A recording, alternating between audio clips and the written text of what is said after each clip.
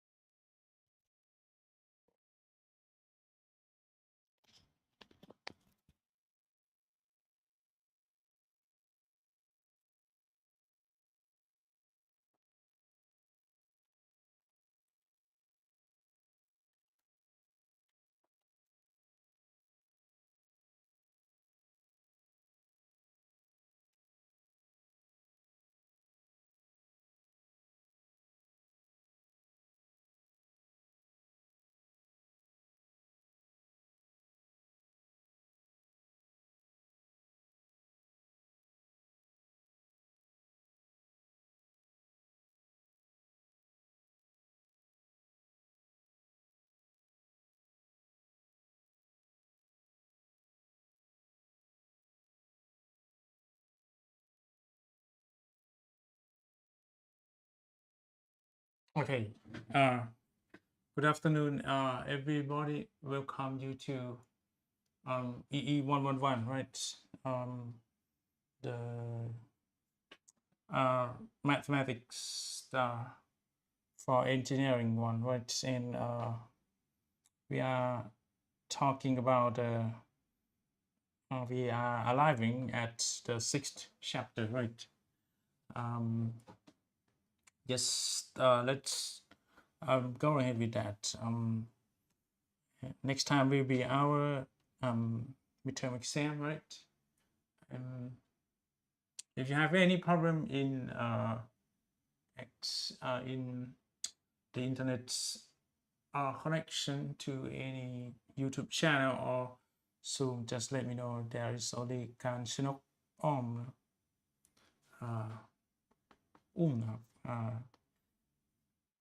who is attending here in Zoom meeting. Okay, let's talk about our previous story. Yes, you have got to know several quantities, right? In we arrive at the topic of local minimum and local maximum, right? At the moment, okay. Yes, right now, we okay. One more, and yeah. Okay. Yes. We are talking about calculus of a real value function of multiple variables. In the topic we discuss is local minimum and local maximum, which means the lowest point or the highest point of some functions. Okay, let's consider the function of two variables. That's f(x) and y, right? In it's a mapping from d squared that includes the two variables, and the destination of the mapping is the real value function r1 times 1, right? It's the real value function. And let's consider any point a comma b. Okay, a correspond to x and b is associated to that variable y. The coordinate a comma b is a point in the domain of this function, and ab is a member of the d squared. D squared means the domain. Okay, in domains means the set, right? Let's go ahead with that. Yes, we have the local maximum, which means the minimum, the maximum point, the highest point at point AB. Okay, if we substitute a comma b coordinate of x and y to that function, and this function is greater than any point x and y in this region. For this region means for x and y inside some disk, disk, and of positive radius centered at A and B. Okay, around A and B, there is no other point that is higher than f a comma b. All right, in yes, we have local maximum, and the next one is local minimum. Okay, which was defined in a similar way to the local maximum, right? Okay, local minimum means if you are interested in a point a comma b, and if you substitute a comma b to that function, and that value is lower than any value of that function for any variable x and y. Okay, for x and y inside some disk of positive layers,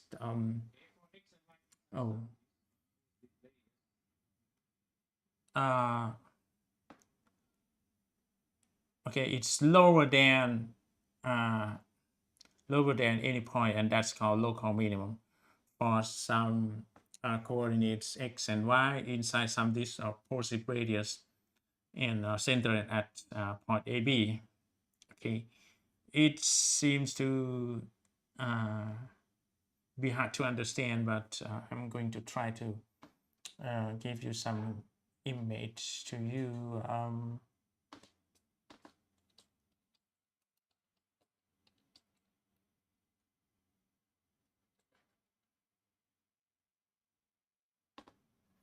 Okay.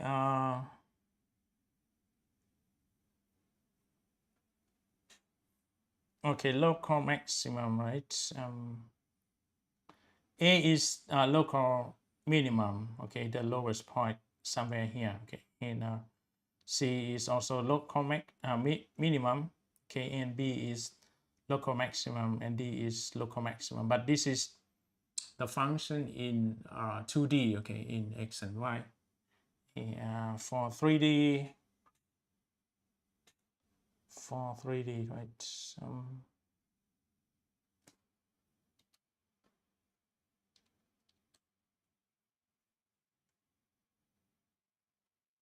Okay, yeah.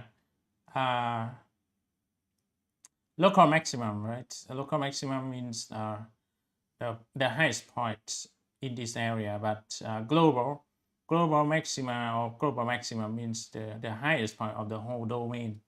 And this is also another one. Local,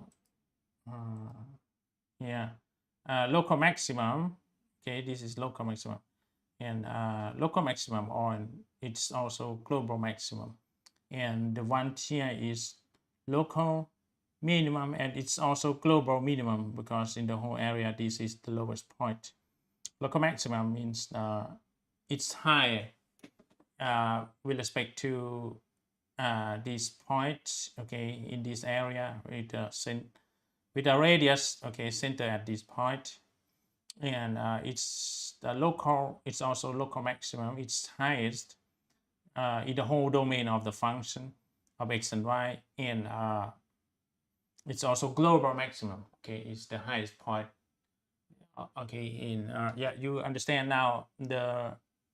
This is the figure of local maximum. Okay, and, it also includes local minimum, local maximum, which is actually global maximum. Okay, you understand local and global. Global means it's minimum or maximum for the whole domain of the function. But local maximum and local minimum, it's the maximum or minimum only in that area.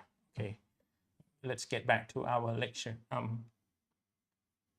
Here you have seen already the figure of the curve in 3D, right?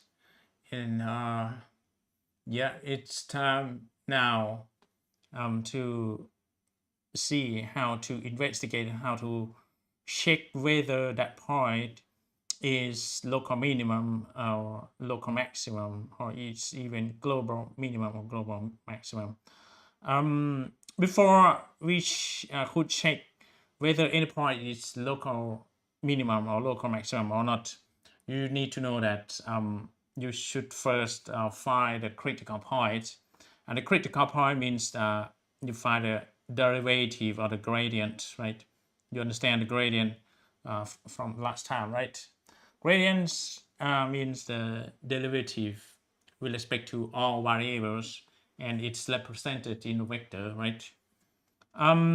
This is the condition, right, we are going to use to check or to verify whether the point A, B is local minimum or local maximum. Okay, yeah, that's the definition.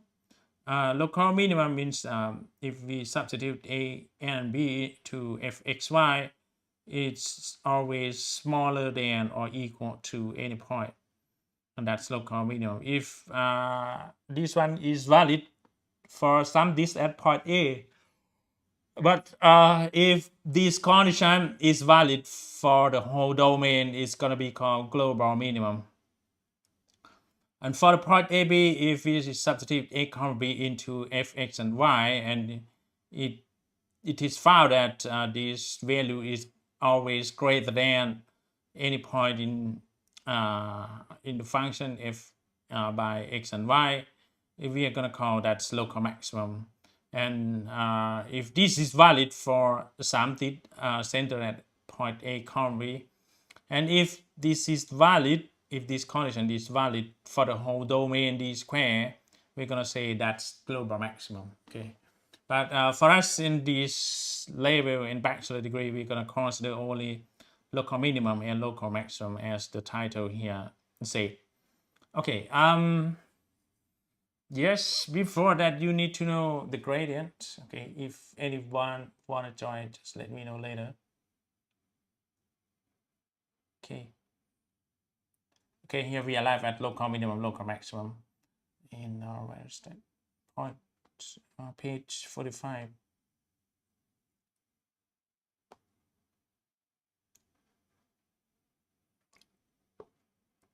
Okay. You know the gradient, right? Gradient is a gradient of two variables is going to be derivative with respect to x, partial derivative to x, partial derivative with respect to x, partial derivative with respect to y. Yes, you need to know, you need to find gradient first, and when you need to have ability to find the gradient. When we make the differentiation of that function at the point a, x equal to a, b equal to b, and the gradient with respect to y, x equal to a, y equal to b, we would say that the necessary condition for fx and y to have a local minimum or maximum is that the gradient should remain zero. Okay, this is the critical point. Okay, when zero is a zero vector, the zero on the right side here is the zero vector. Okay, the point a, b that makes the gradient to be zero is known as critical point or stationary point. Okay, yeah, that's the basic thing. You need to have ability to do that. Okay, let's consider the next thing.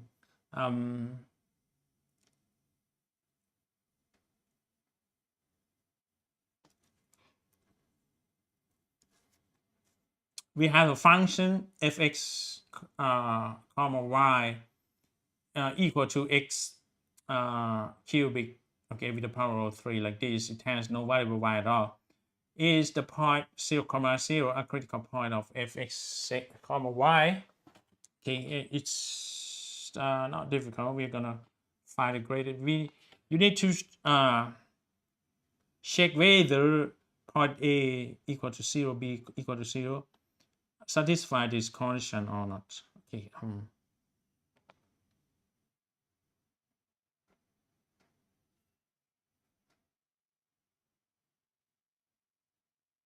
Okay. Yes, we have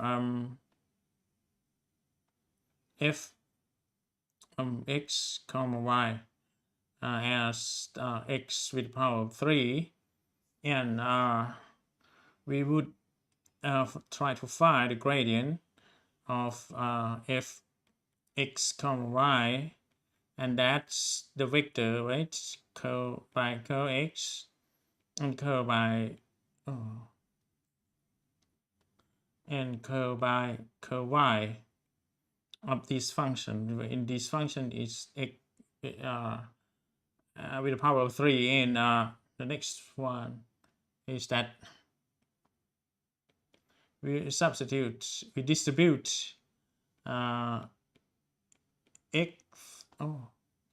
x with the power of 3 to each component, curl y and x to 3, and you would find that the above one is 0, right? Oh, sorry, it's 3x squared, and the lower one is 0. Okay, something like this. And yeah, get something like this. And after that,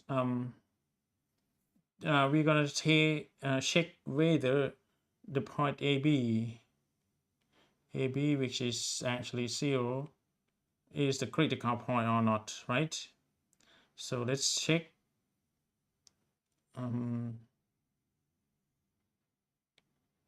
Gradient of f(x)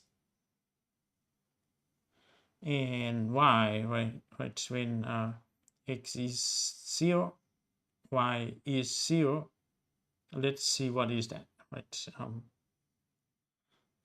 You could see that here is 3 and x is 0, right? 0 square, and this one is already 0. So it turns out to be a vector of 0, so we can conclude that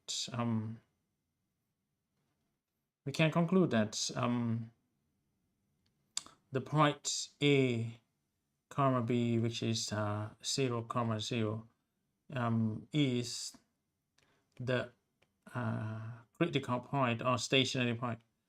Critical point of the function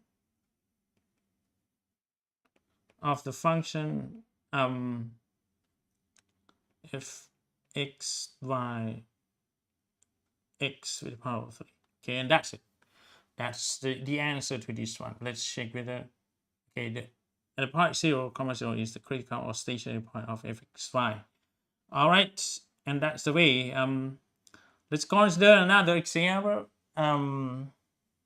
Is the point 0, comma 0 a critical or stationary point of fx and y when it's fxy is equal to x times y? Okay, so let's do that.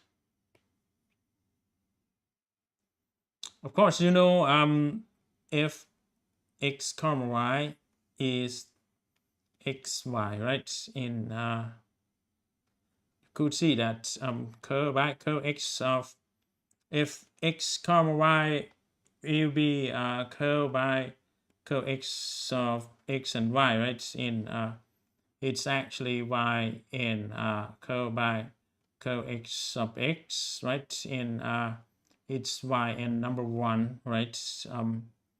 For curve by curve y, if x comma y, it's curve by curve y, right? Of x and y. And here you have x in front of that, curve by curve y in y, right? And you're gonna have x in number 1, right? Which is actually y and x. Okay, so gradients of the function fx comma y will be equal to y and x, right? And once we substitute x comma y, when x is, they want to know 0, right? 0 comma 0, and x is 0 here, y comma 0. It will be okay, let's say if y is 0, x is 0, so it's gonna be 0. It's actually the 0 vector. So we can conclude that therefore the point A comma B, which is 0 comma 0, is the stationary point. Stationary point of the function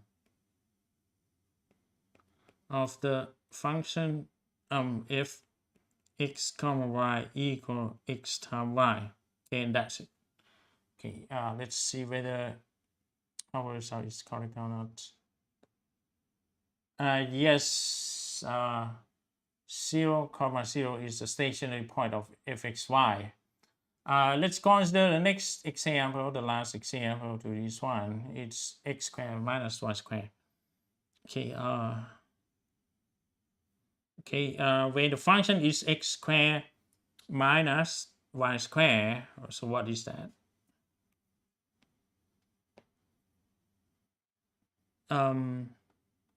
Just suppose let's mention that our fxy. Oh, what? Sorry for that.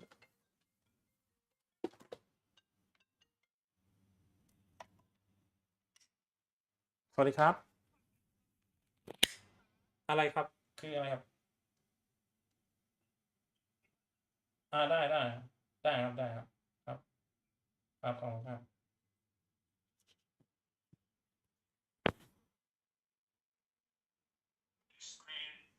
โอ้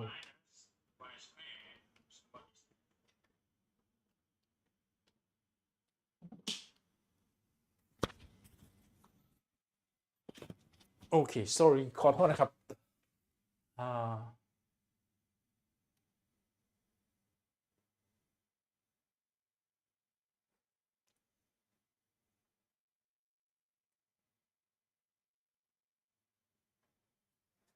okay our function is fxy, right? And it's x squared minus y squared, right? And yes, we're gonna see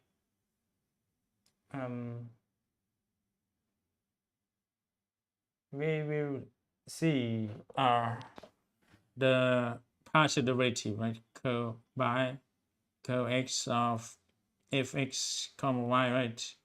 It's curl by curl x of x squared minus y squared here, right? And yeah,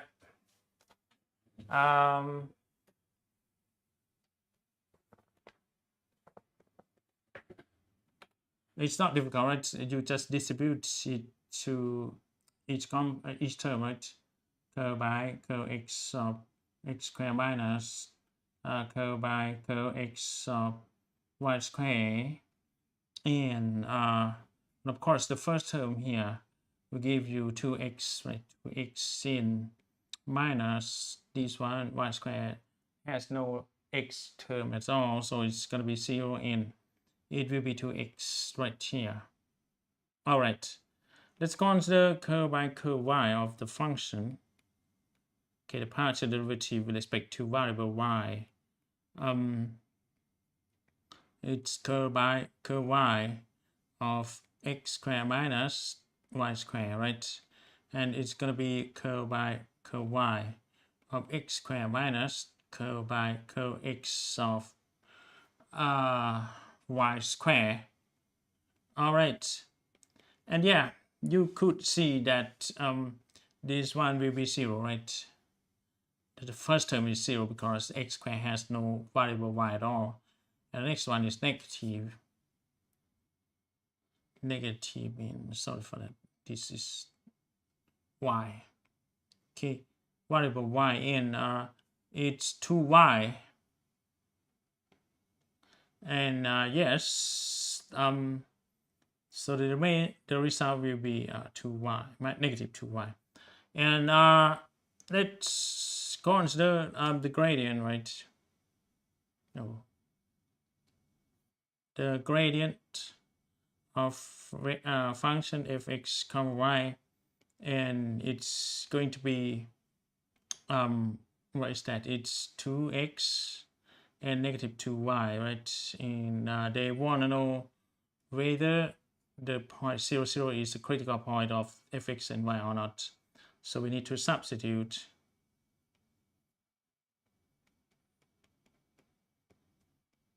x equal to 0, y equal to 0, and it will be 2 times 0 and negative 2 times 0, right? So the remaining thing will be 0 and 0. That's the 0 vector. So we can conclude that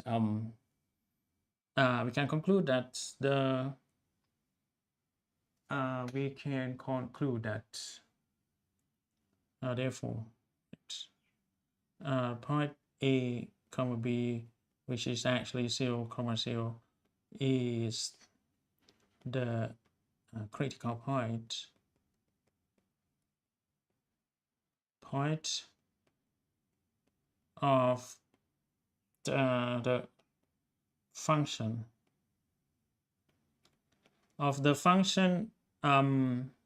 what is that, f x comma y as x squared minus y squared. All right, and that's it for these 3 examples.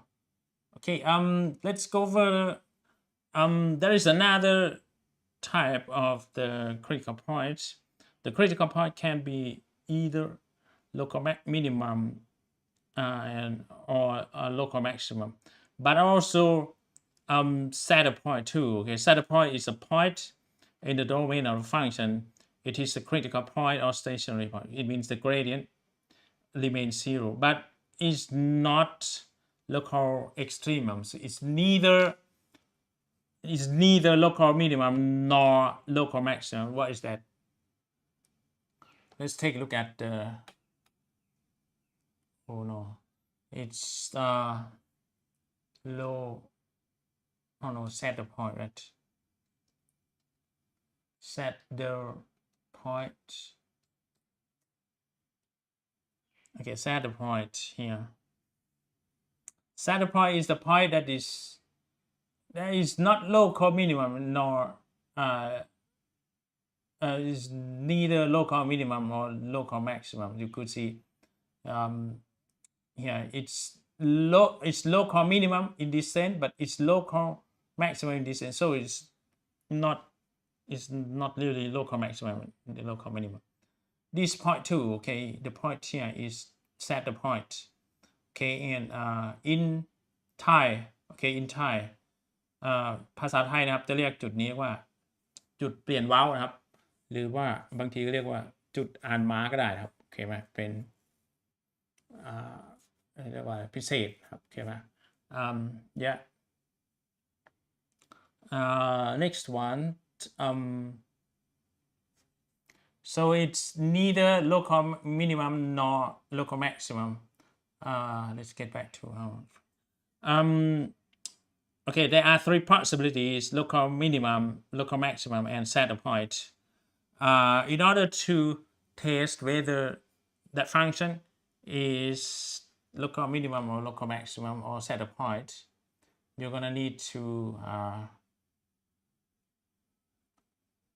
find this quantity, and this quantity is called determinant of the Hessian matrix. Okay, this is the matrix of 2 by 2, and this is the determinant, right? Determinant, you know, right? Determinant of the second order derivative. Second order derivative could be 4 possible terms. The first one is the second order derivative with respect to variable x. The second term is the second order partial derivative with respect to y. The third term is the second order partial derivative with respect to x first and then y. The fourth term is the partial derivative, second order partial derivative with respect to x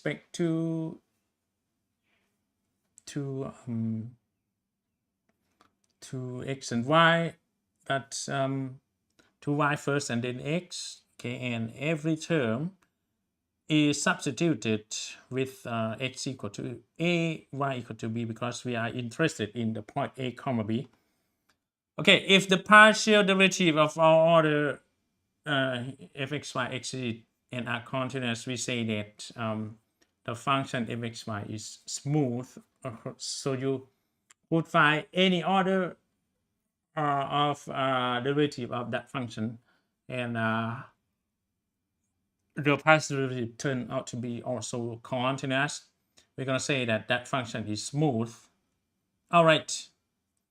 A smooth function has a spatial property because if you are looking at this determinant, you have 4 terms, right? But the smooth function will give you the same value for the cross determinant. Okay, this one would be different from each other, but this one will be equal to each other, will be the same when the function fx comma y is a smooth function, Okay, second order partial derivative with respect to y and then x will be equal to second order partial derivative with respect to x and then y. Okay, the sequence of partial derivative has no matter. Okay, it is nothing, right, to smooth function. And once you consider only the smooth function determinant of 2 by 2 matrix, this one will be multiplied by this term, and this term will be multiplied together. And for the smooth function, both are the same. We're gonna have this term square. Okay, whether you make the differentiation, you find the derivative with respect to x first or y first, it doesn't matter. Okay, once you whether your function is smooth or not, you could start from 72, but usually many problems will involve with the smooth function fxy. And one important thing is this table. We use this table to test whether that function is the local minimum or local maximum, or it's even set a point. There is no extremum in fx and y, or it's not an extremum. It's a parabolic cylinder actually. When fxy is parabolic cylinder, it's what is that parabolic cylinder? It's a kind of shape. Okay, it has no extremum. If the determinant here is positive definite, means it's positive. There will be two possibilities if the partial derivative of x, partial derivative with respect to x, okay, second order partial derivative with respect to x is greater than 0. We're gonna conclude that a comma b is the local minimum. And if the second order partial derivative with respect to x is less than 0, we're gonna say that the point a comma b is local maximum. Okay. Yeah. When the determinant here is less than 0, okay, is a negative value, we're gonna say that a comma b is a center point. But when the determinant is exactly 0, okay, is equal to 0, we're gonna say a comma b is not an extremum, and fx and y is a parabolic cylinder. So let's start with the first problem. Okay, yeah, you need to be able to test this function. Okay, this one. The question is find all local maxima or minima of a function. Oh, you know that maxima is the plural term of maximum. Okay, and minima is the plural term of minimum. Okay.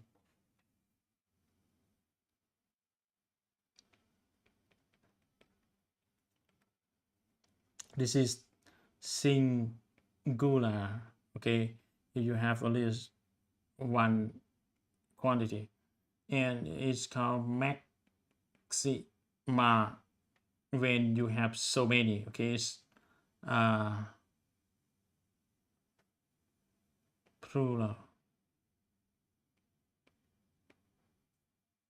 I'm not sure whether I spell it correctly or not. Let me check.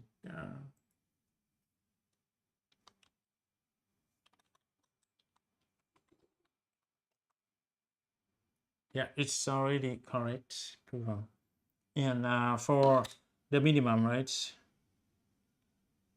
Minimum. Okay, it's a singular word.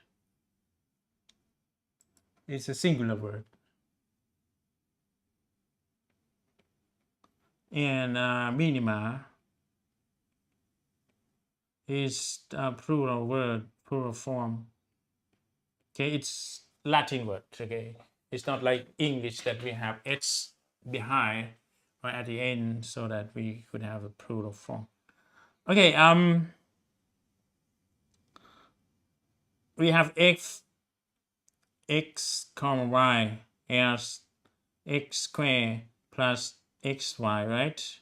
Plus y squared minus 3x. And you need to consider this table, and this table requires the determinant here, and this is determinant involves the partial derivative, right? Second order partial derivative. Yeah, we will see that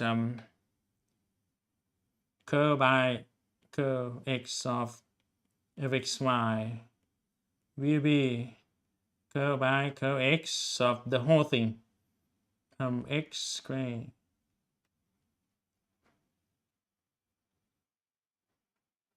x squared plus xy plus y squared minus 3x. All right, and that's curl by curl x of x squared plus curl by curl x of x times y, and plus curl by curl x of y squared and minus curl by curl x of 3x, right? And you could see that the first term will give you 2x, right? 2x, and here you would have y plus y. All right, and here you have 0 because y squared has nothing to do with x, and you have 0. And this term will be -3, right? When you move number 3 in to be front of that, -3, and yes, the results will be 2x plus y minus 3, like this. Okay. Is there any question to this? And we're gonna find further curl by curl y of fx comma y, and what is that? Right, curl by curl y of x squared plus xy plus y squared minus 3x, right? Yes, and we will try to find the partial derivative with respect to y of x squared plus curl by curl y xy plus curl by curl y of y squared and minus curl by curl y of 3x. Of course, the first term here, x squared, has nothing to do with y. Okay, there is no y hidden inside x squared, so it remains 0. In plus this one, okay, we move x to be front of this, and we're gonna have number 1. So this one is actually x, and here you have 2y, right? Plus 2y. In here you don't have variable y at all, so it's going to be 0 minus 0. So the result actually will be x plus 2y. Okay, and but it's not the desired result yet, because we want to find the determinant here. We need to find first curl by curl x squared. Okay, the second order. Oh.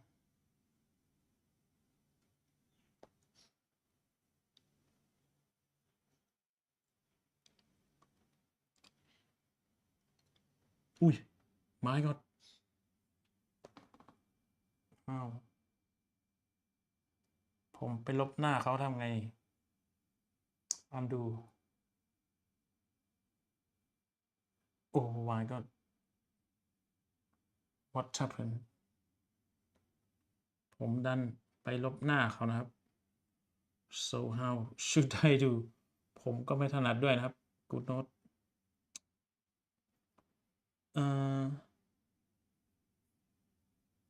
Oh my god. Anyway, don't worry about curl by curl x squared of fx comma y. What is that? It's gonna be curl by curl x of curl by curl x of fx comma y, like this, right? In curl by curl x, curl by curl x of curve by curve x, which is 2x plus y, 2x plus y minus 3, right? And yeah, the first term will be curve by curve x of 2x plus curve by curve x of y, and minus curve by curve x of number 3. And we're gonna have only 2. We have 0. We have also 0 here, and that's 2. Right. Let's consider the curve by curve y square of fx comma y, right? Curve by curve y of fx comma y, and yes, curve by curve y of curve by curve y fxy, and yeah, the result here if x plus 2y,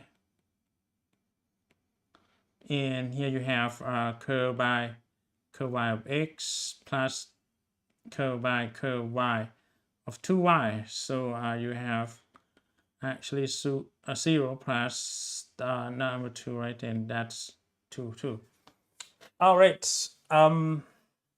It's the same. And the next one, we want to find curve by curve square by curve x and curve by curve y of fx comma y. All right. In เชิญครับ curve by curve x of ขอบคุณครับ curve by curve y of x y. All right. Curve by curve x of curve by curve y fy means x plus 2y. X plus 2y in curve by curve x of x plus curve by curve x of 2y. And you would see that this is number 1 plus 0, right? Because there is no variable x at all here. So it's actually only number 1. Let's consider another one, curve by curve, curve square by curve y, and then curve by curve x. You could see the sequence here is different. Okay, here is done with respect to y first and later x. Here you have to do it with respect to x and then later y. Okay, of function fx comma y, right? Okay, curve by curve y and curve by curve x of fx comma y. All right, and that's curve by curve y, right? Curve by curve y of the result from curve by curve x fxy, which is this one, 2x plus y minus 3, 2x plus y minus 3, and yeah, let's do that. It's curve by curve y of 2x and plus curve by curve y of y and minus curve by curve y of number 3. You would have here 0 and plus 1 and minus 0, which is actually number 1. All right, and after that we're gonna substitute it into this determinant, right? Oh, I'm sorry for that. You need to find the gradient first. You need to find a critical point first, and okay, the critical point, right? We're gonna find the critical point, critical or stationary point.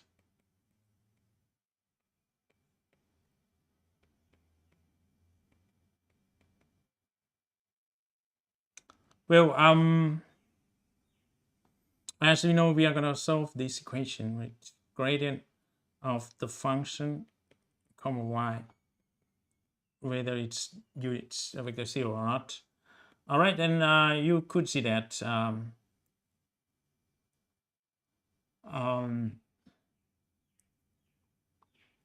the gradient,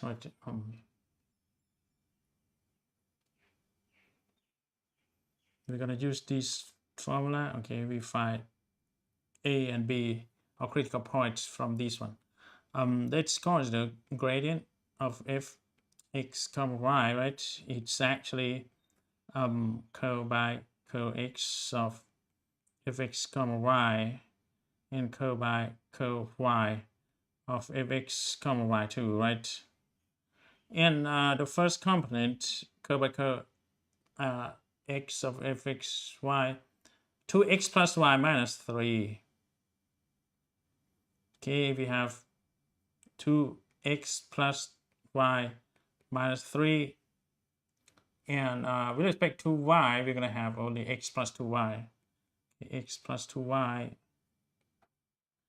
And we have to force this one to be 0, right? Yeah, it means that we have to solve the equation 2x plus y minus 3 equal to 0 and x plus 2y equal to 0 too, right? That's the first equation. That's the second equation. We have to solve. Now let's solve equation number 1 and equation number 2 for the variable x and y. Okay, variable x and variable y. Once we want to solve these, how could we do that? Of course, you know that x is equal to negative 2y, right?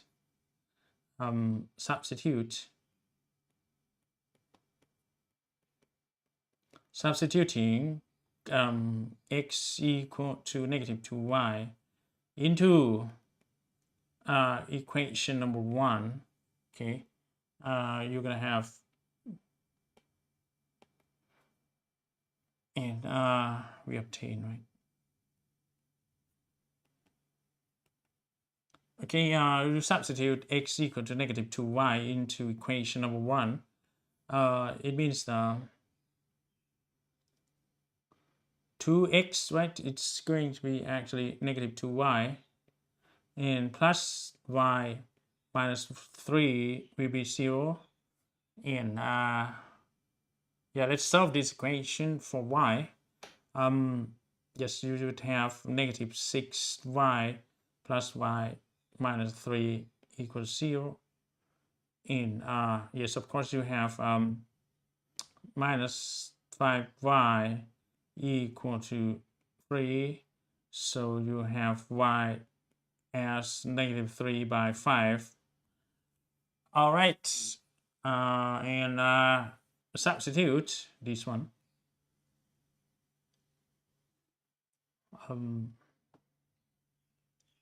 Substituting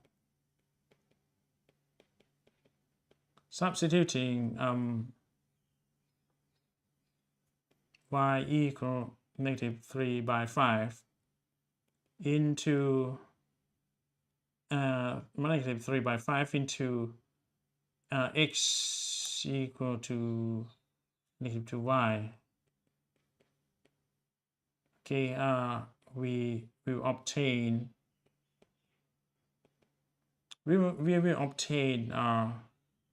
x as negative 2 times y, which is negative 3 by 5, and that's 6 by 5, right?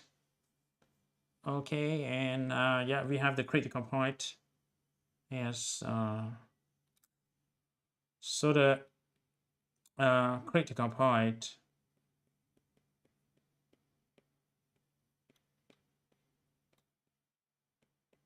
is 6, 5 and negative 3 by 5. And yeah, let's consider the determinants from equation 72.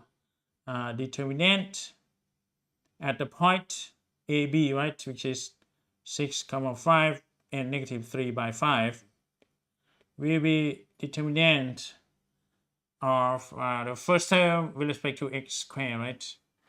With respect to x squared, we have here number 2, and we don't need to substitute anything because there is no variable x and y here. And the next one is with respect to y squared, and that's number 2. And the term here is number 1, right? So you have number 1 and number 1 here. And it's actually 4 minus 1, which is number 3. And you could see that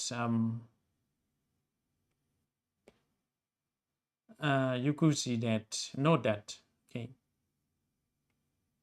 one can see that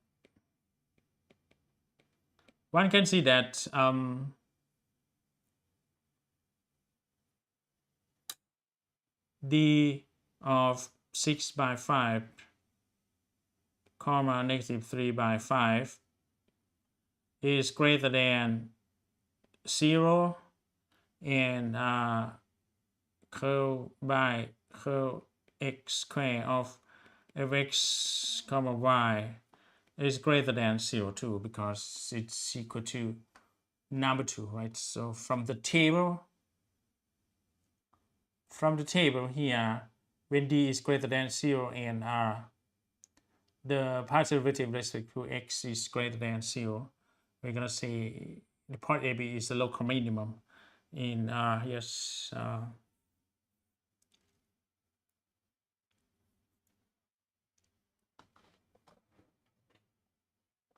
we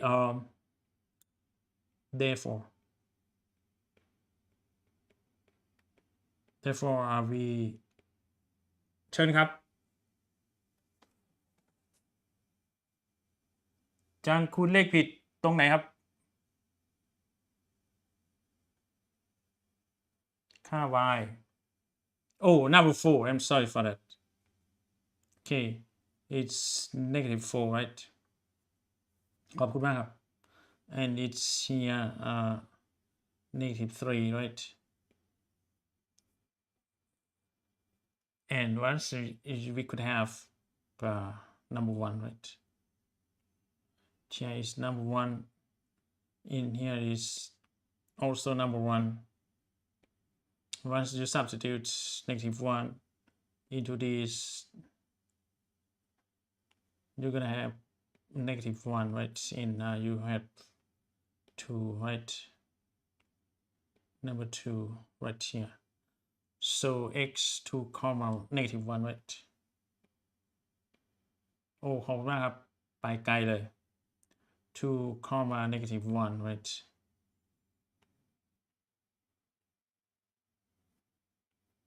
2 comma negative 1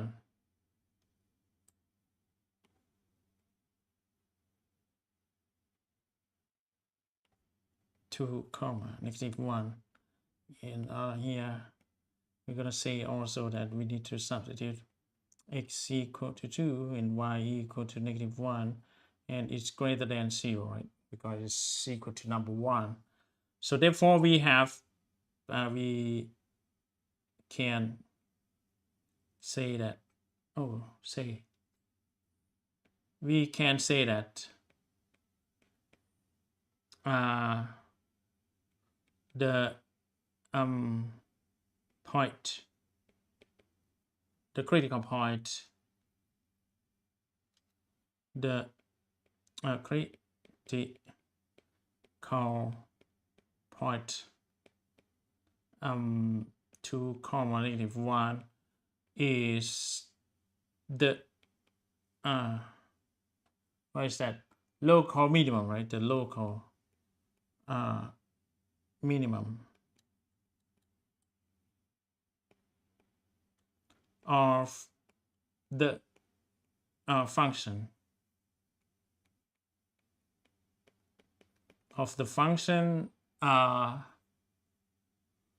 f x comma y equal to x squared plus xy plus y squared and minus 3x, and that's it. Okay, that's the answer to this problem. All right.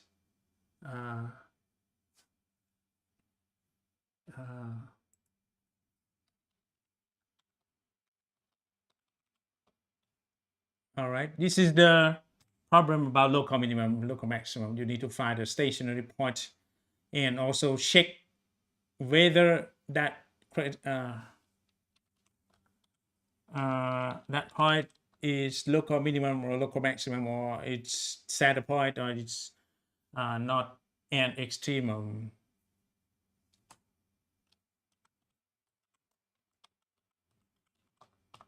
All right. I hope that you would be able to solve the problem like this, which is one of the problem in the midterm exam. All right. And the shape of that function is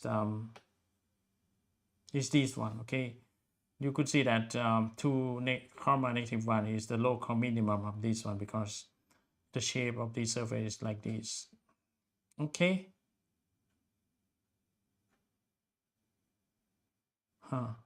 What happened?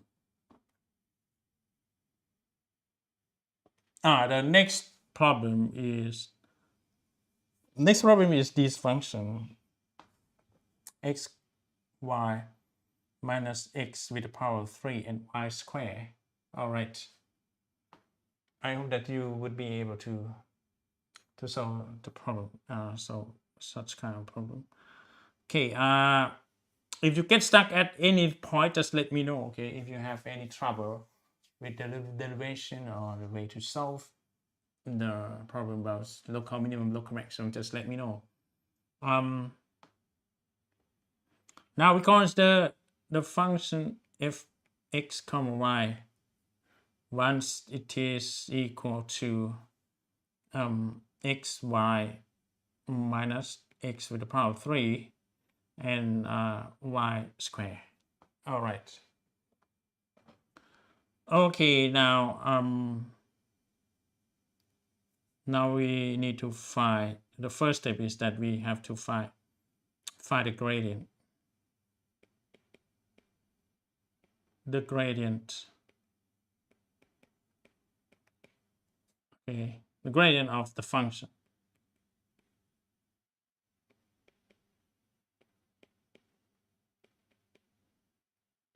Okay, the gradient of the function. Now let's open another page in yes, of course, the gradient will be gradient of gradient of the function f(x, y), right? It's curl by curl x of f(x, y) and curl by curl y of f(x, y), right? And we're gonna see curl by curl x of f(x), right? Of course, curl by curl x of f(x) means we have xy minus x with the power of 3 minus y squared, and curl by curl y of xy minus x with the power of 3 and minus y squared 2 in closing bracket. All right, in yes, of course, you would have curl by curl x of xy minus curl by curl x of x with the power of 3 and curl by curl x of y squared, and here curl by curl y xy and minus curl by curl y of x with the power of 3 and minus curl by curl y of y squared. All right, you would see that you would be able to see that the first term here, okay, we could move y to be front of this, and we're gonna have number 1, so result will be y, right? And this one is 3x squared, right? Minus 3x squared and y square has nothing to do with x, so it's going to be 0, right? And next one is curvature y. This is variable x, and curvature y of x with the power 3 is going to be 0. We have 0. In here you have 2y, right? Negative 2y.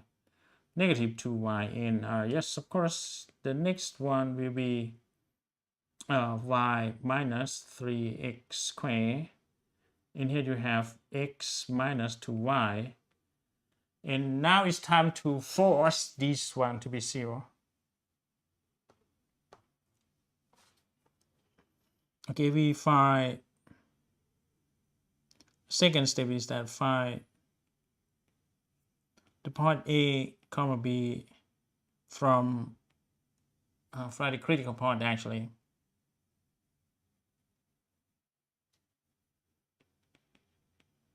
The critical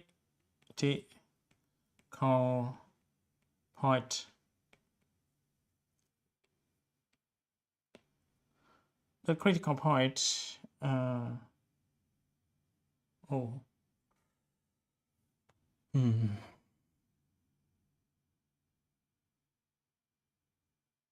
We're gonna find a critical point.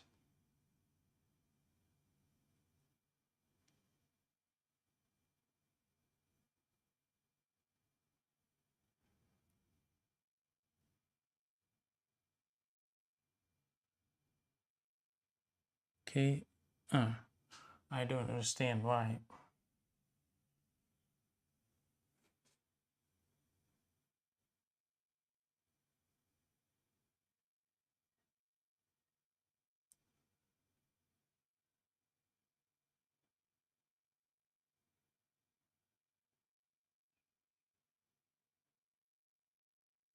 Okay.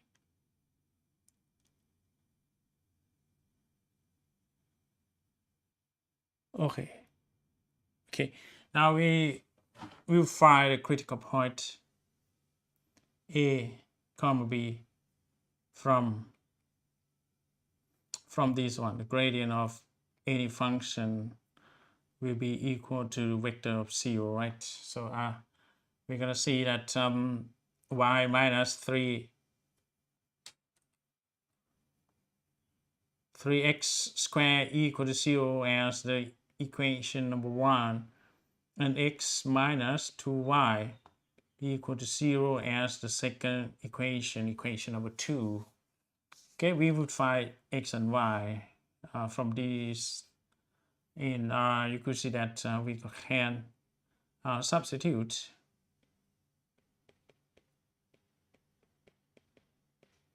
substituting y equal to 3x squared into equation number 2. Okay, then you find that y is y, right? Y is x is x, negative 2y, right? Y is 3x squared, and yes, equal to 0, right? So we're gonna have x minus 6x squared equal to 0. You could bring x in front of that in 1 minus 6x, okay, equal to 0. It means that x could be 0 and what is that? You could have x equal to 0 and 1 minus 6x equal to 0, right? And here you have x equal to 0, but this one will be x equal to, oh, what happened?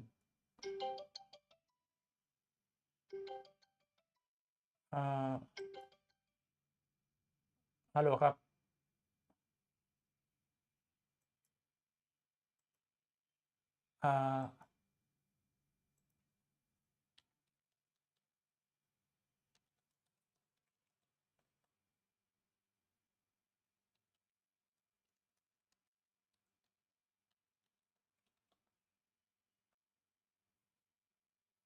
All right.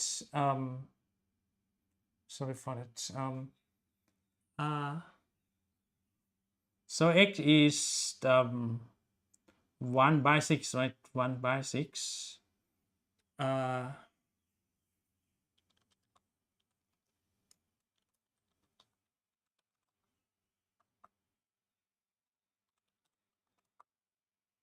Yes, there are two possible value. X1 is 0 and x2 is 1 by 6. And for x equal to 0, x1 equal to 0, we're going to have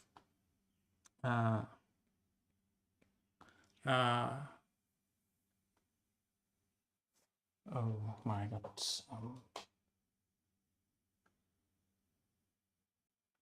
All right. Oh my god. This one พอโทรเข้ามาแล้วเจ๊งหมดเลยนะครับระบบที่เซตไว้ Alright.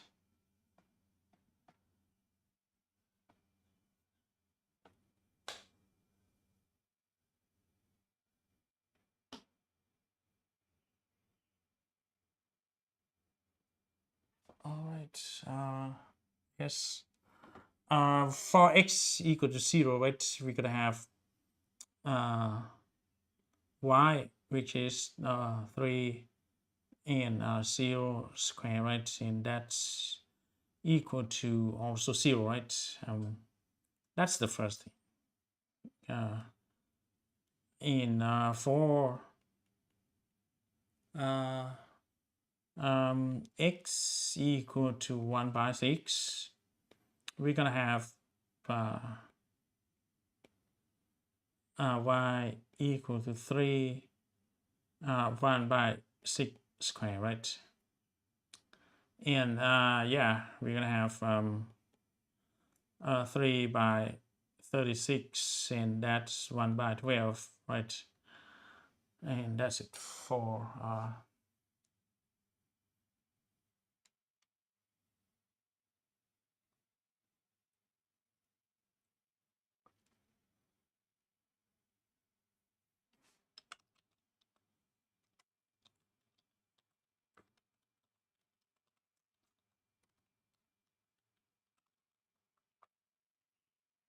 yes. Now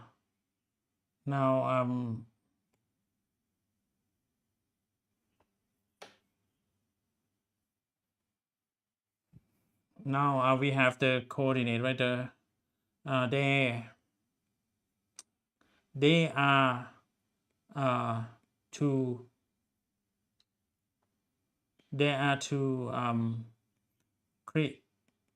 critical points. Okay, there are two critical points such as the first one, A1 comma V1, which is 0 comma 0, and A2 comma B2, which is x is 1 by 6 and y is 1 by 12.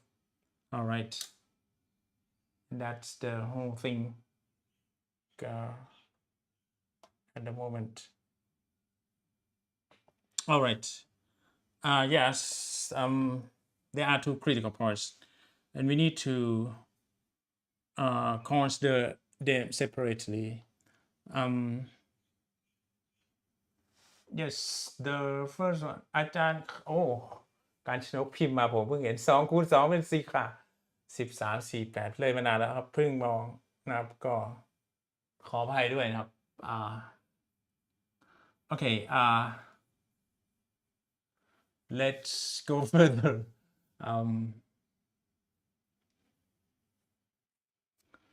Okay, let's consider the first critical point.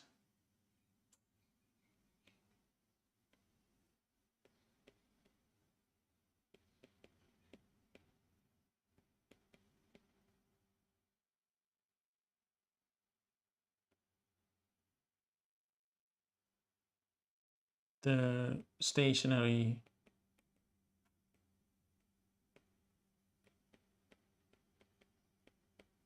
point 0, 0. All right. Anyway, don't worry about it. There are two critical points. Okay, now we consider second order partial derivative.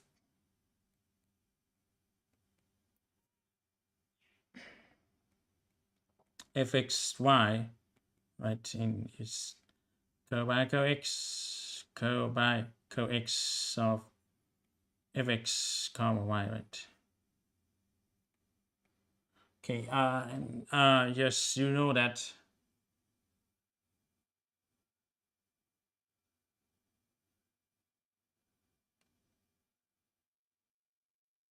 no, and that one, right? The shape of this one. Okay.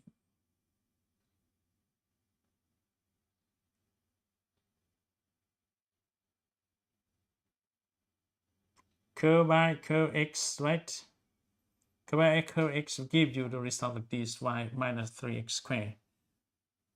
Curl by curl x of y minus 3x squared, and it's going to be curl by curl x of y and minus 3 curl by curl x of x squared, right? So you're going to have 0 minus 3 and here 2x, right? And that's 6x, right? The next one is curl by curl y squared of fx comma y, right? And that's curl by curl y of curl by curl y fx comma y, right? In here you have curl by curl y of the result curl by curl y, which is x minus 2y. X minus 2y, right? We're gonna have here curl by curl y x minus 2 curl by curl y of y, right? And that's, oh sorry, it's better to have one more page. And here it's gonna be 0 minus 2, right? And that's negative 2, right? Let's consider the cross derivative curl square by curl x and curl y, right? It's of the function of x comma y. It will be curl by curl x, curl by curl y, if x comma y, right? In that curl by curl x, curl by curl y will be this result, right? X minus 2y, and that's equal to curl by curl x of x minus 2 curl by curl x of y, and that's equal to number 1 minus 0, and it's actually number 1. Curl square by curl y and curl x of fx comma y, and this of course is curl by curl y of curl by curl x fx comma y. Here you would have curl by curl y. The result with respect to x is right here, y minus 3x squared. All right, and here we make the distribution. We distribute curl by curl y to each component, each term, minus 3 curl by curl y of x squared, right? It's equal to number 1 minus 0, right? The 0 in is actually equal to number 1. All right. Now let's consider. Let us consider the point 0, 0. We're gonna see that d of 0, 0 will be curvature x squared, which is minus 6x. Minus 6x, and the next one is minus 2. Minus 2 right here. Oh, yeah, and yes, it's number one right here, and we need to substitute x to be 0 and y to be 0 too.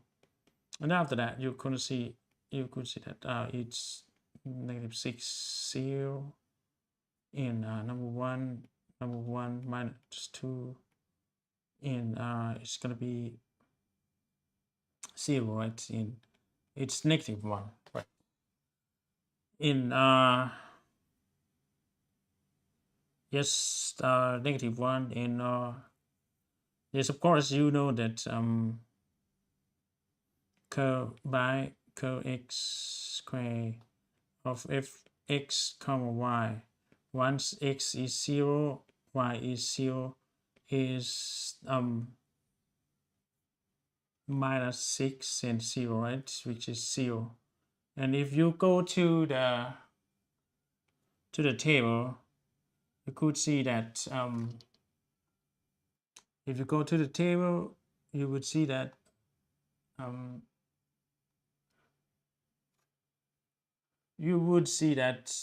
once your determinant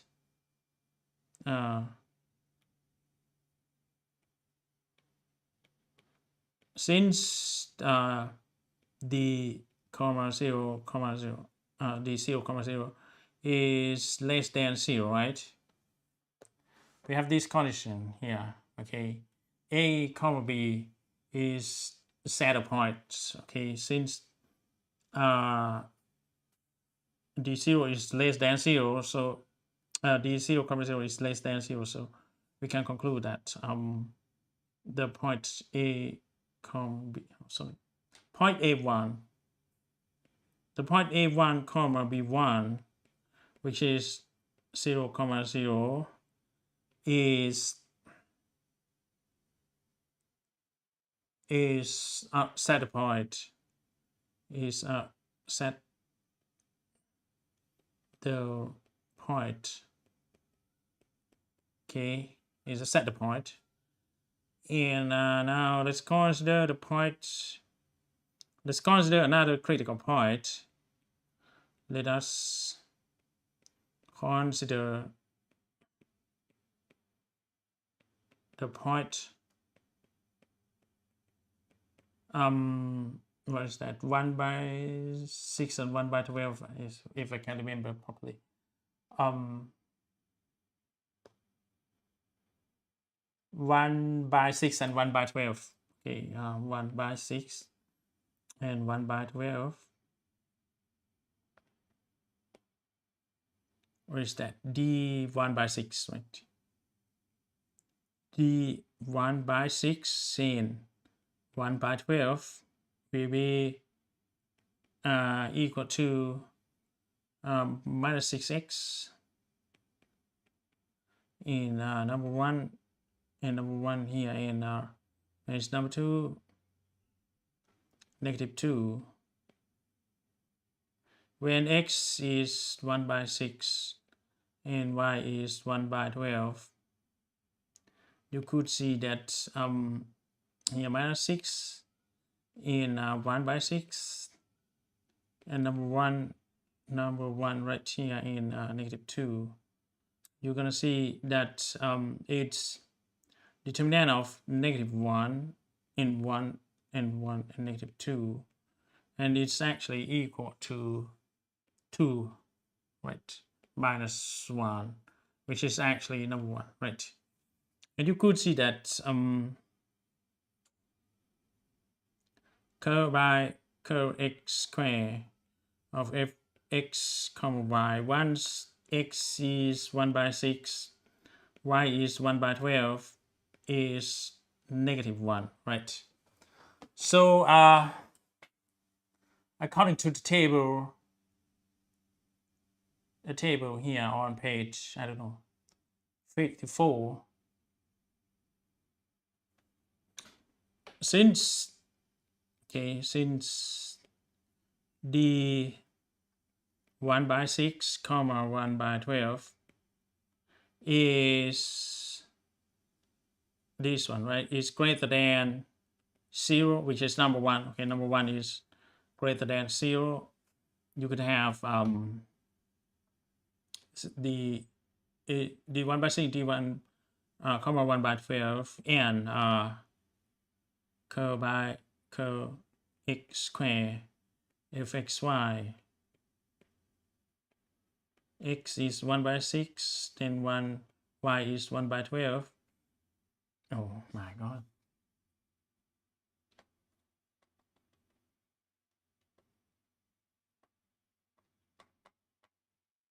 And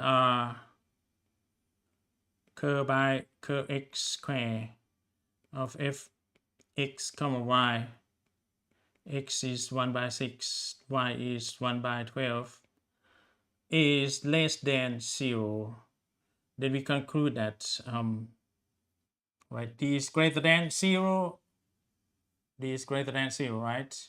But the curl by curl x is less than 0, so it's local maximum. So the point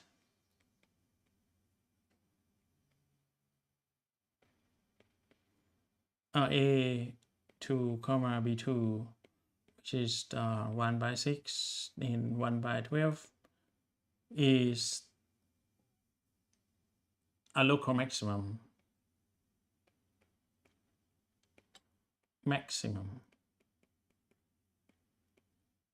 All right, and that's it for this problem. The first stationary point is a center point. Okay, it's a center point. Okay, this one. And the second stationary point is the local maximum according to the table here. Okay, I hope you would be able to classify several points like this. Okay, in let's consider the next example. Okay, this one, right? Oh my god ผมทำหน้าผิดแล้วเนี่ย Okay, and ผมวางหน้าผิดนะครับ sorry. And yeah, it's 2, 1 is center point, and 1 by 6, 1 by 12 is the local maximum. Let's consider this function. Let's consider this problem. Try to find whether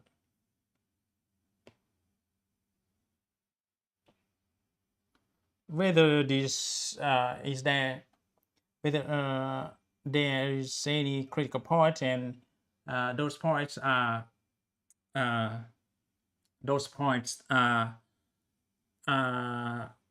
center point or local minimum or local maximum, right? In the same way. In yes, the first thing is that find the first order derivative. Find the first order derivative.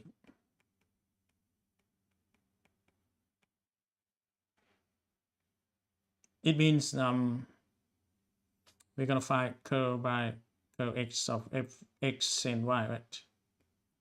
Which is curl by curl x of, that's it, from that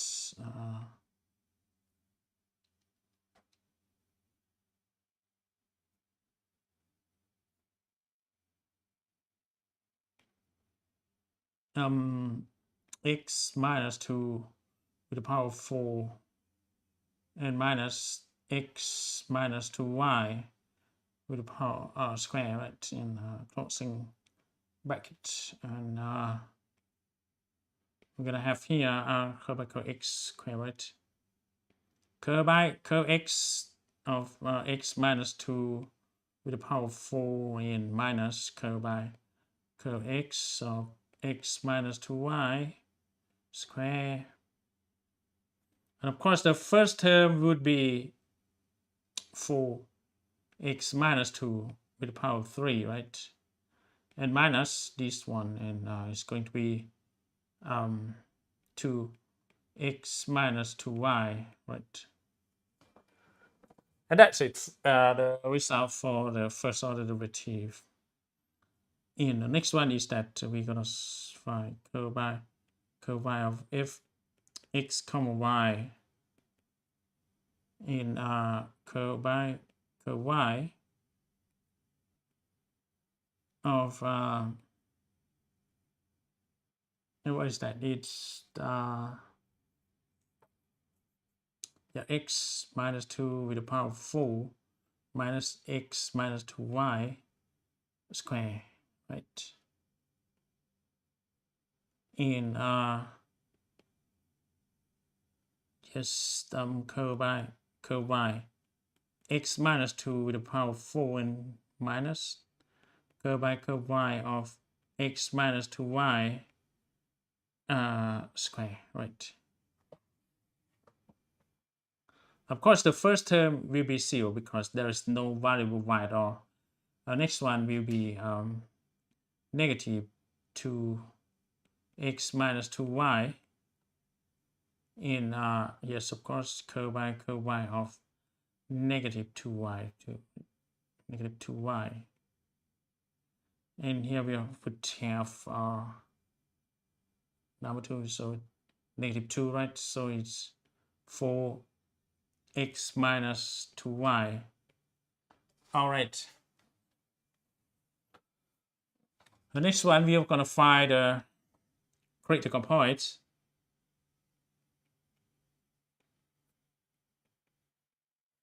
Or stationary point.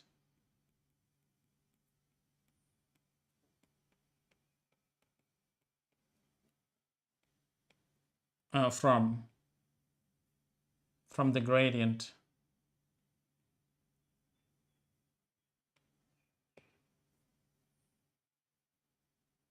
Gradients of fx comma y as the vector, 0 vector, like this.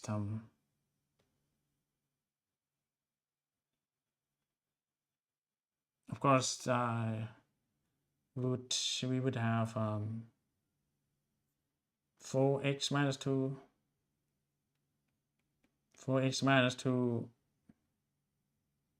with the power of 3 in minus 2x minus 2y, right?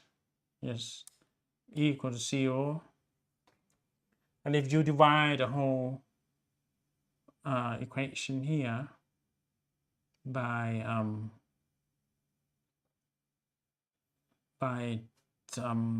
number 2, right, we're gonna have 2x minus 2 power of 3 minus x minus 2y, right, equal to 0, and that's the first equation. And for the second equation, we have 4x minus 2y equal to 0. In another way, we could say that x is actually 2y, and that's the second equation. Once we substitute,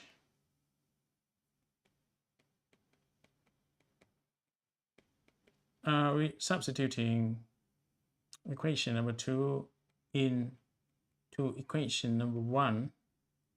Okay, we obtain 2x minus 2 with the power of 3 minus x, which is 2y, right? 2y minus 2y equal to 0. We would see that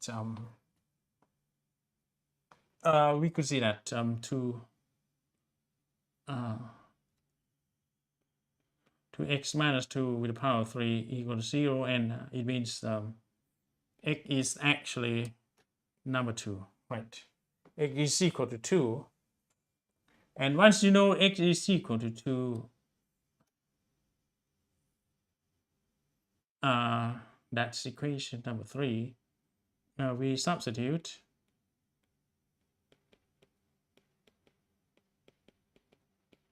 equation number 3 into equation number 2. We obtain x equal to y, right? Which is we have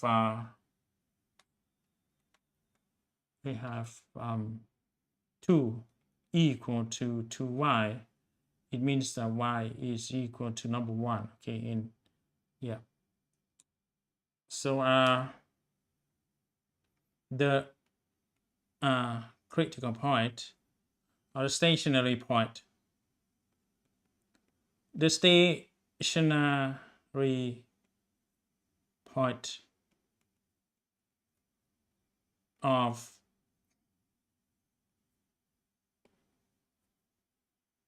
oh my god,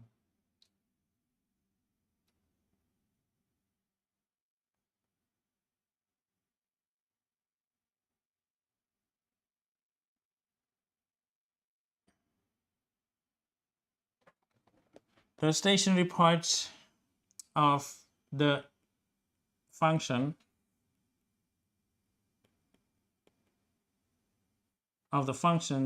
what's that? This one, which is what you go x minus 2, x minus 2y. X minus 2 to the power of 4 minus x minus 2y square is x is equal to 2 and y equal to 1, right? It's is a comma b equal to 2 comma 1, right? And now we're gonna find the second order. Now we find the second order derivative, partial derivative. Second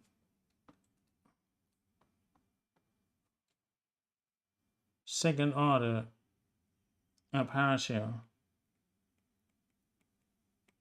derivative.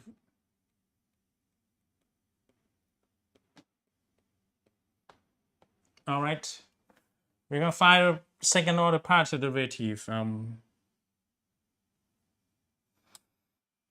The first one is curl square by curl x square, right? It's of the function of x, y.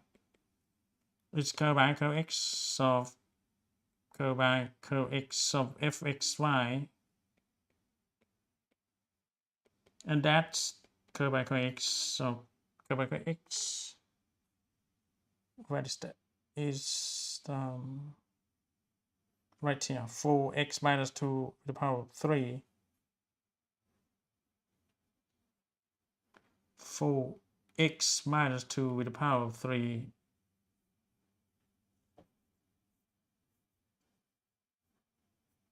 minus 2x minus y minus 2x minus y.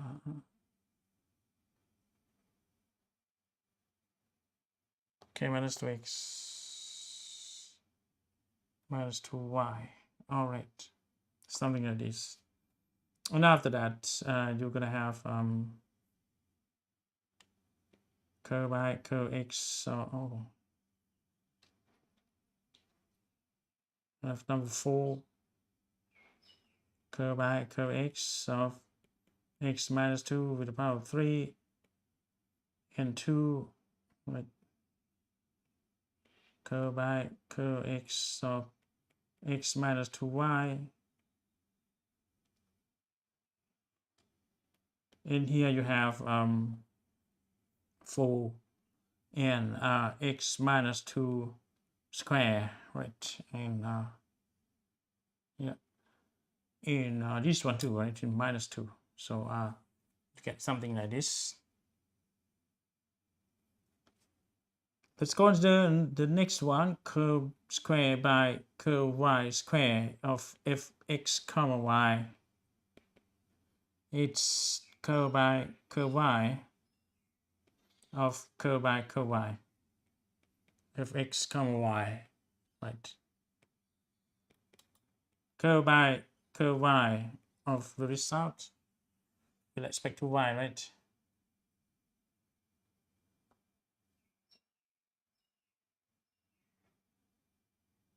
Okay, with respect to y, we have 4x minus 2y. 4x minus 2y, right? So you would have 4 in curve by curve y of x minus 2 curve by curve y of y. All right. So it's 0 and negative 2. You would have here 4 and 0 minus 2, right? And it's negative 8. All right. Now we consider curve square with respect to y. Curve square by curve x and by curve y. Fx comma y. Okay, in curve by curve x, curve by curve y of fx comma y.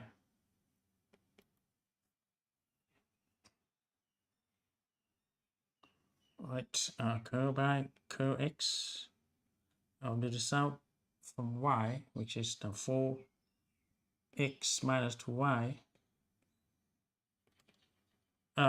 Yes, of course, it's 4 curve by curve x of x minus 2 curve by curve x of y. In here you have 4, 1 minus 0, right? It's actually 4. Let's consider the opposite sequence. Curve by curve y of curve by curve x. Fx comma y is actually curve by curve y first, and then curve by curve x of fx comma y. Okay, curve by curve y. Curve by curve x is this one, right? 4x with 4 x minus 2 with the power of 3 minus 2 x minus 2y. Okay, and the result will be the following. You have 4 curve by curve y, x minus 2 with the power of 3 minus 2 in no, curve by curve y, right? Okay, curve by curve y of x minus 2 curve by curve y of y, right? And closing again parentheses. Now we have here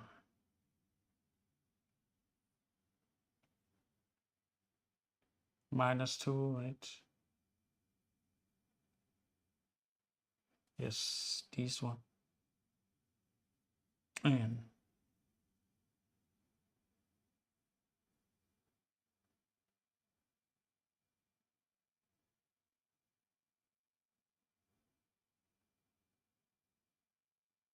two in this one.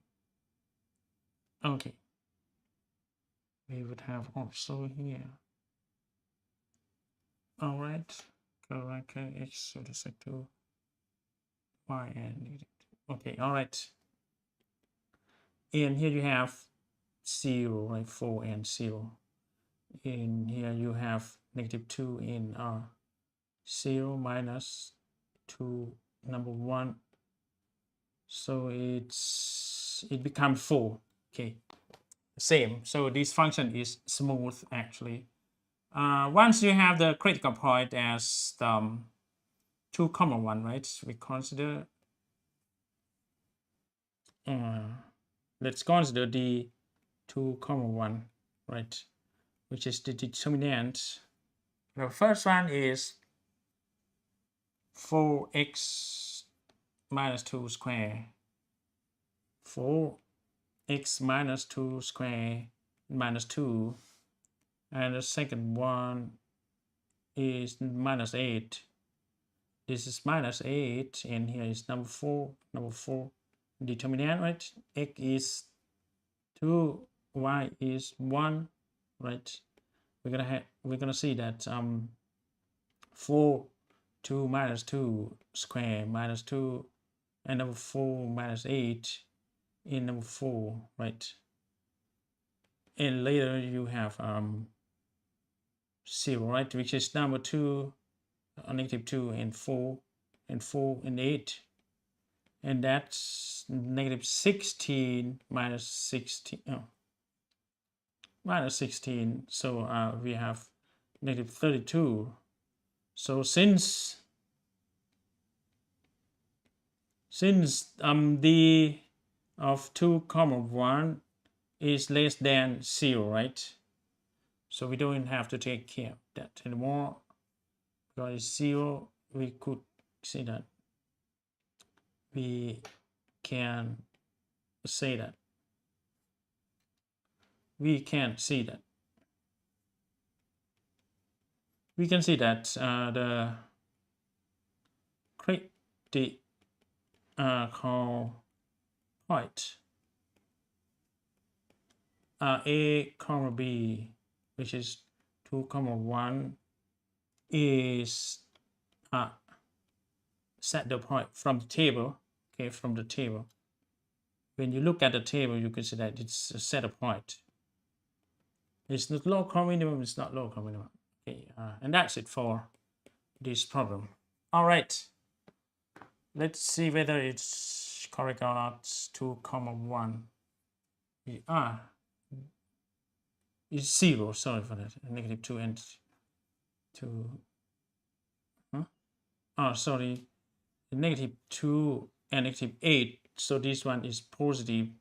So this one is 0. So because the 2 here is equal to 0, it's equal to 0. So we can see that the critical point is not an extremum.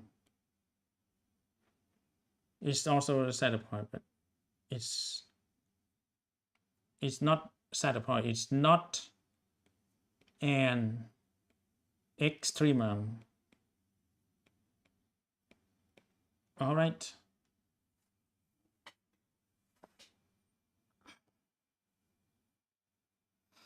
Now we have this function, okay, x squared plus y squared in negative x squared and y squared, this one. So we have made a problem about local minimum, local maximum, right?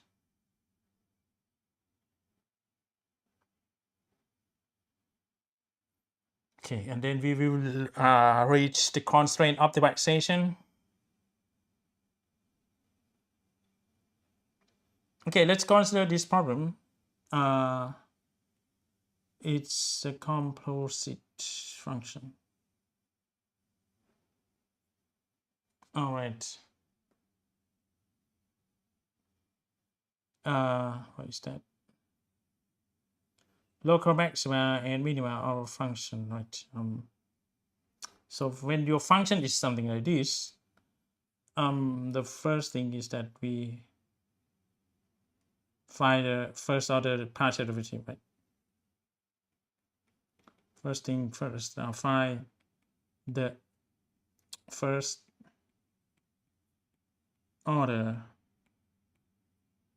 partial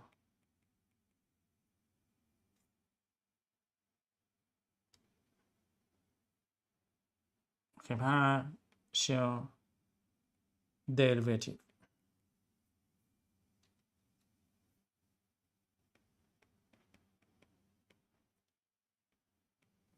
what is that?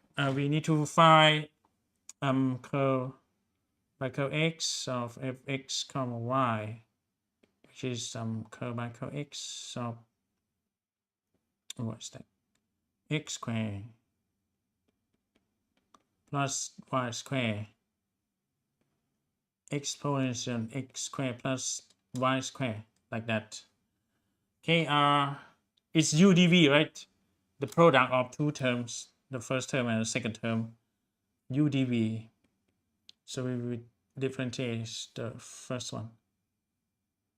Okay, x squared plus y squared, and we make the differentiation with respect to x, x squared plus y squared, like that, and plus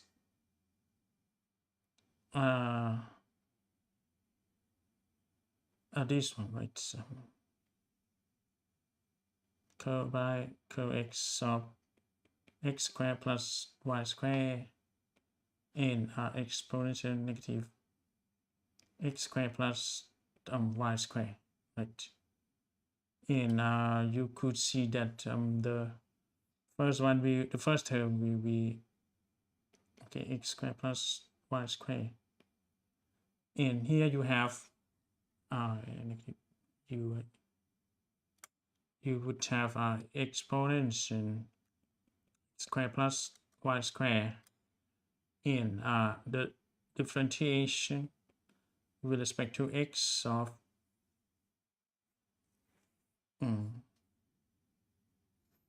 negative x square.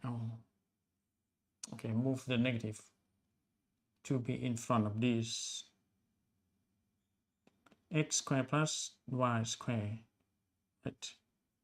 In plus the second one, right? And of course the first term here, okay, the first term here will be 2x only, right? 2x in exponential negative x squared plus y squared. And yes, of course, you're gonna have negative 2x in front of this, right? Negative 2x in x squared plus y squared in exponential negative x squared plus y squared, and here you have plus 2x x squared plus y squared. That's the result. Now we consider curve by curve y. Curve by curve y will be quite similar. Curve by curve y of fx comma y will be curve by curve y of the whole thing, which is x squared plus y squared exponential negative x squared plus y squared, like that. Of course, it's the product udv is quite similar to this one. X squared plus y squared, curve by curve y, exponential x, exponential of negative x squared plus y squared, and closing bracket. In then you have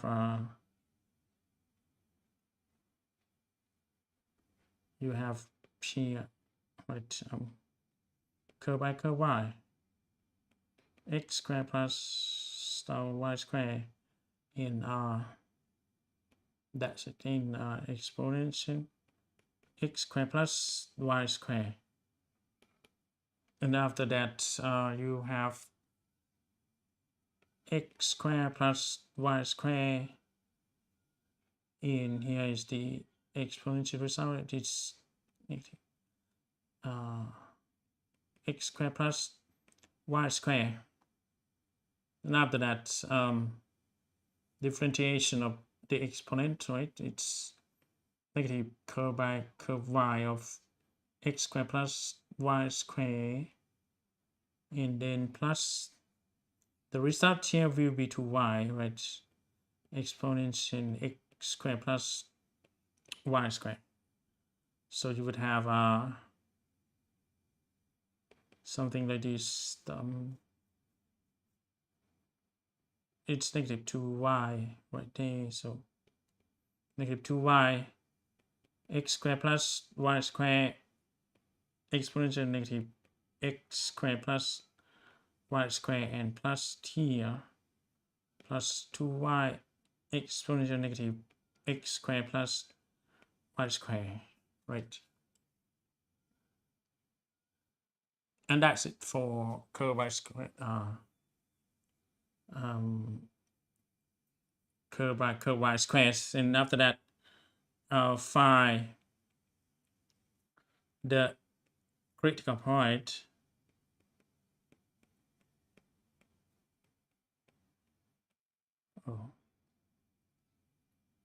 the critical point A, B from gradient, right?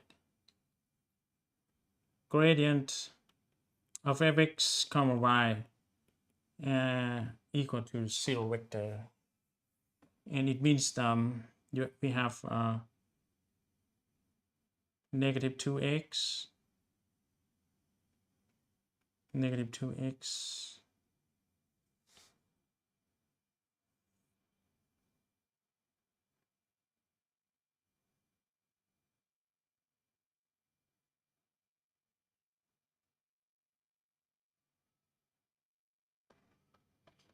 we have negative 2x in x squared y squared, x squared plus y squared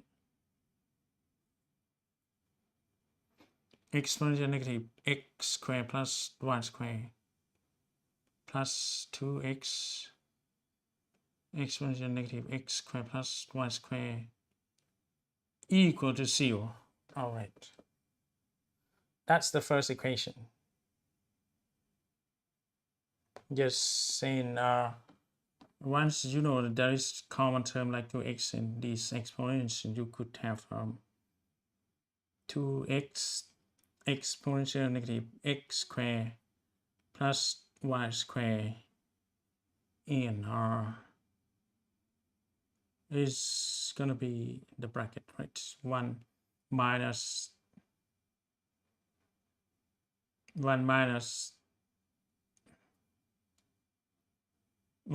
x squared minus y squared. So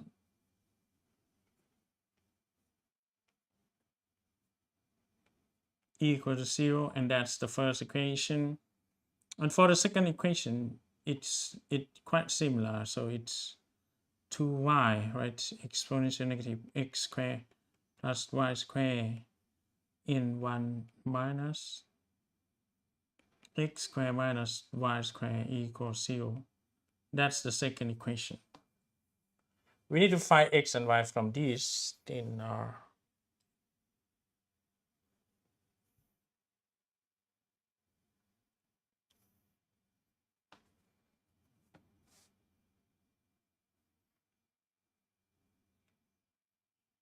right.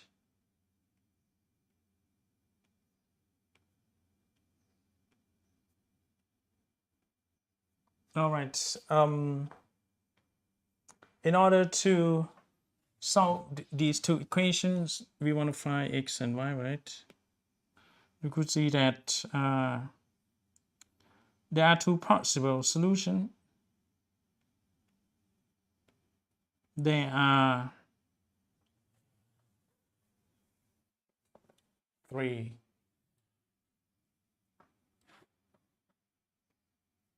There are three possible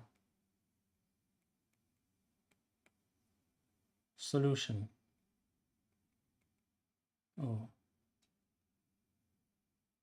There are three possible solution. The first one is that the first solution. the first solution is that A1 comma B1 is 0 comma 0. Okay, when x is 0, y 0, this equation also holds true. The second equation is that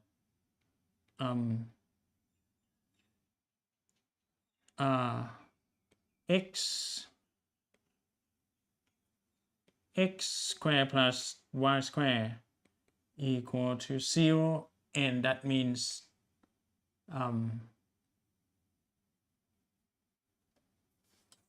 it's a circle, right? It's a circle equal to 1. Sorry for the. So it's a circle of radius 1. Okay. And another one, this is circle. Unit circle, actually. The third case is that x squared plus y squared tends to infinity. All right, when this term tends to infinity, everything will be divided by a large number, and it's going to be 0 too, right? So we have three possible solutions. The first one like this, the second one circle, and the last one, or the third solution, is that x squared plus y squared is infinity. So so we would say this is unit circle. Okay, and this one is called infinite radius circle. Circle with infinite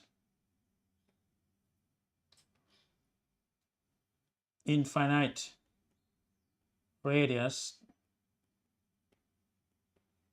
Okay, circle with infinite radius.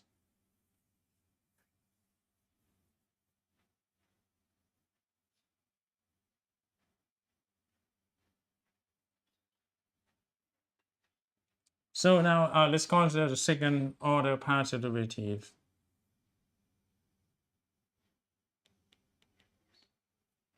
The second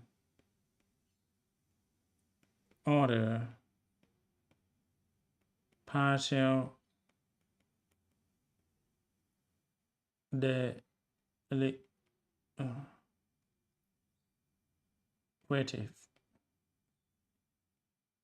Okay, partial derivative in what is that? It is curl by curl x squared, right? Fx and y. It's equal to curl by curl x of the first one. Oh, it's totally complicated.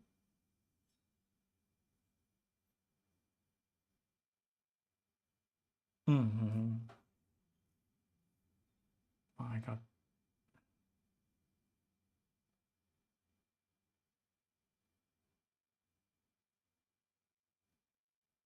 Okay, it's extremely complicated. My God.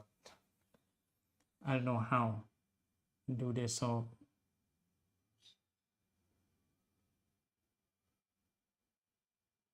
D21, right?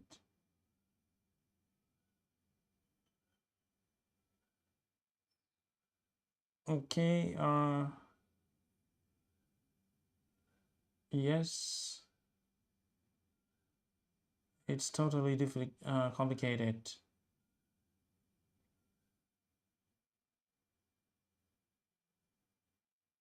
Anyway, we will omit it, and we get the result from this one. Okay.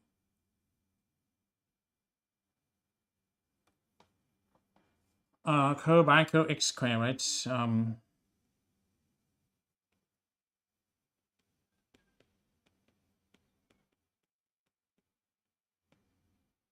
and it's equal to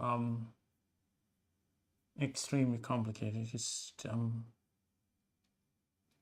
2 1 minus 5x square minus y square plus 2x square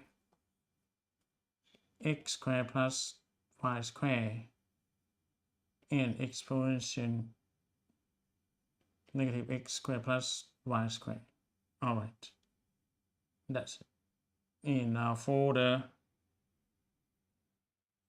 second order with respect to y, right? Curve square y, curve y square, if x comma y will be curve by curve y, curve by curve y, if x comma y, and it's equal to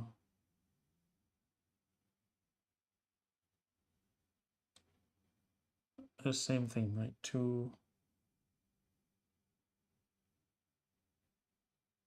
1 minus 2 1 minus x square minus 5y square plus 2y square x square plus y square exponential x square plus y square, and that's it.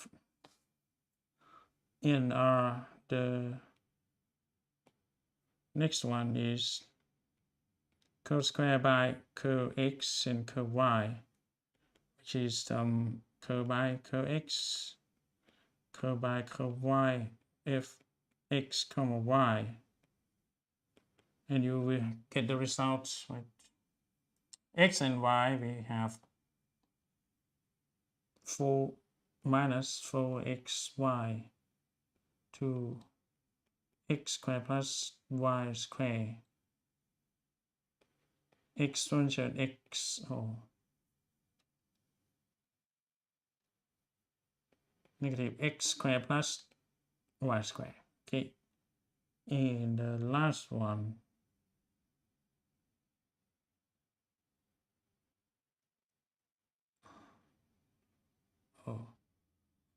because this function is smooth, the cross derivative will be the same, right? Y and x. Okay, yeah. Curve square by curve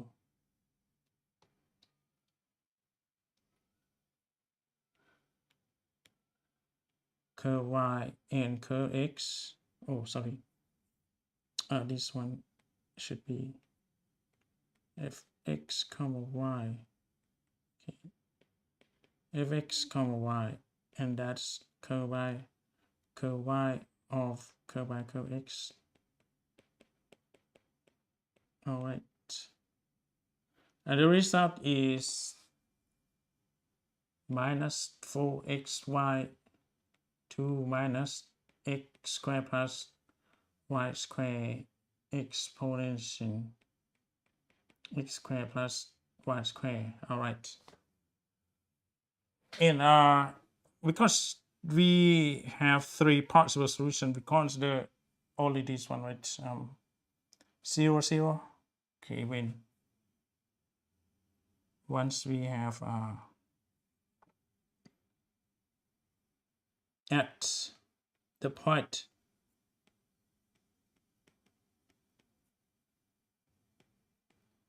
a comma b equal 0 comma 0, we have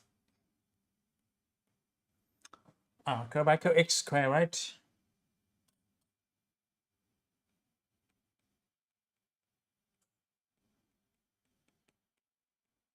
It will be here we substitute x as 0, y as 0, and so on, right?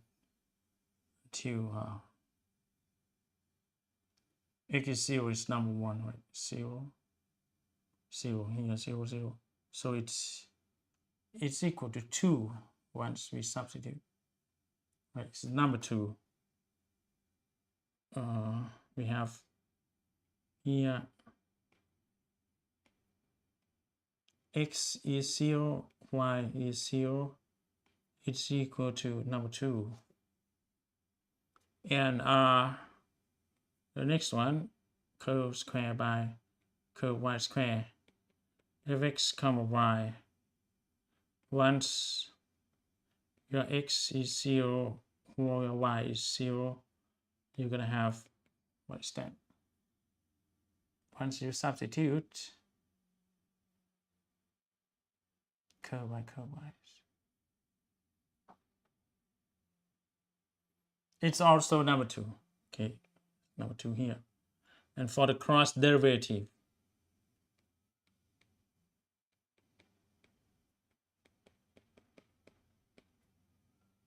once your x is 0, y is 0, after the substitution, you get y comma x and x comma y.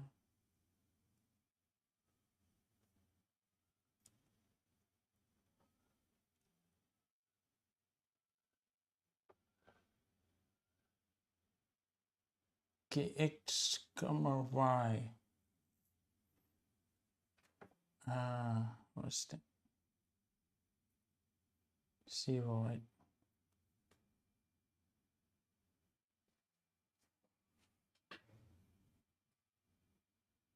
X square. It's number 2. X, y.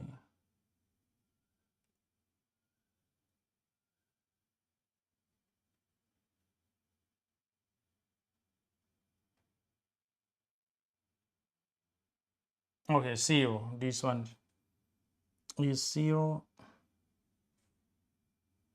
And I think the cross derivative should x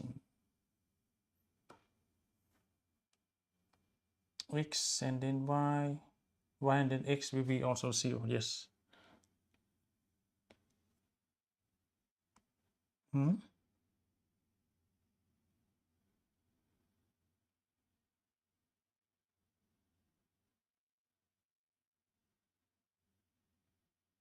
Here. Okay. What happened? Oh my god.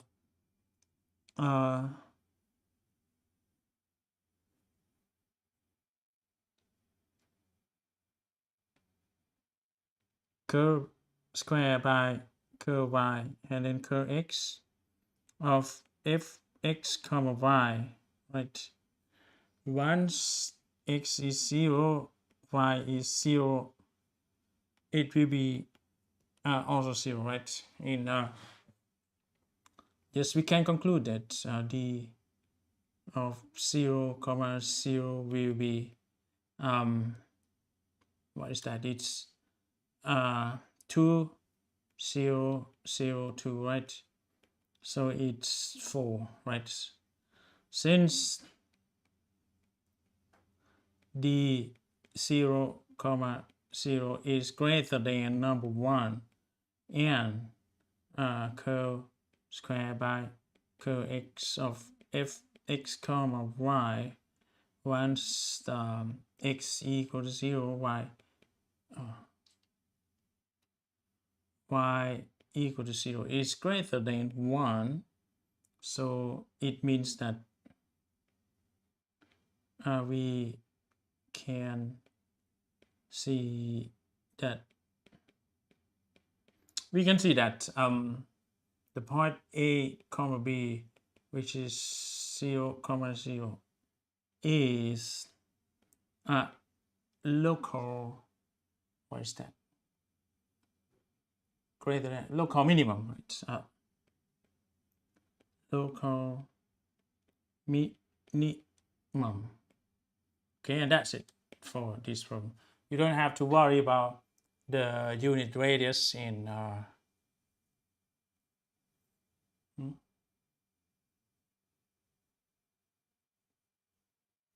greater than 0, greater than 0. So this greater than 0. Okay, local minimum is all right, correct. 0. And for the unit radius and infinite radius, so they found that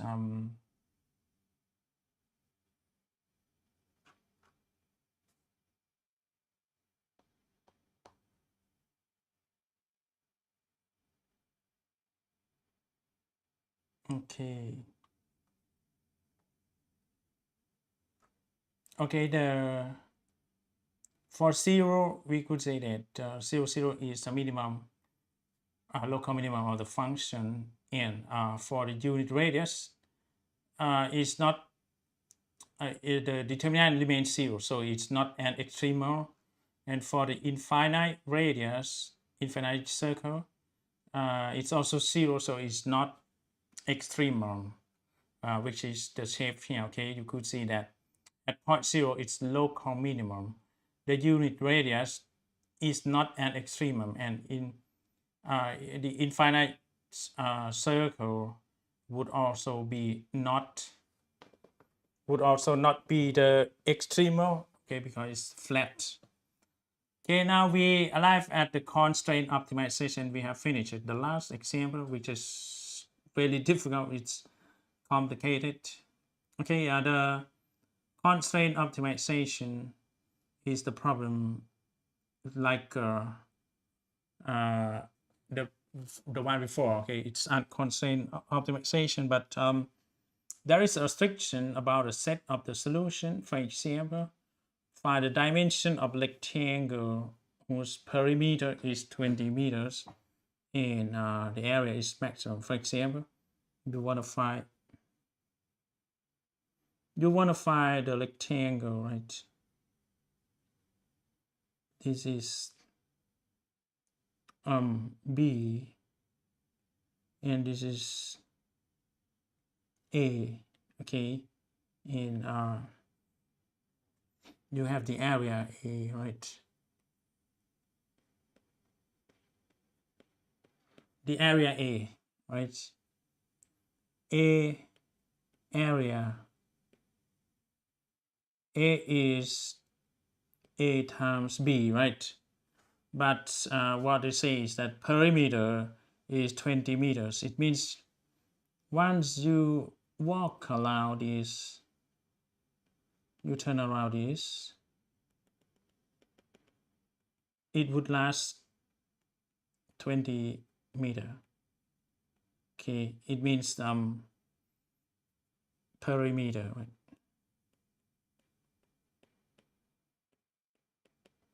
P is perimeter, which is 2A plus 2B. It should be 20 meters. So you have A plus B equal 10 actually. Okay, you need to determine A and B with this when the area is maximum. All right. So the problem to this one. The problem is you have to find A and B. Okay. Argument A and B such, find A and B such that the area A is maximum, but under the condition that subject to A plus B is 10. Okay, the problem that has S dot T dot means the constraint. Okay, the condition A plus B should be 10. Okay, and you need to find A and B from this problem. All right, you have to find A and B from this problem. What is that? So what do you think? What should A and B be here from this one? Perimeter is 20, so if you walk around this rectangle, it should last 20 meters. It it means 2 plus a and 2 plus b equal to 20. It means a plus b equal to 10, right? So this is a kind of problem that we want to find the maximal area. You could build up any rectangle that has 20 meter perimeter, and yeah, we are gonna try to solve this one, okay, in this this lecture. F x and y and t x and y be smooth function. Okay, let's say that these two functions are smooth. You know smooth function, right? The derivative in everything could be found easily. All right. Yes, the next one is that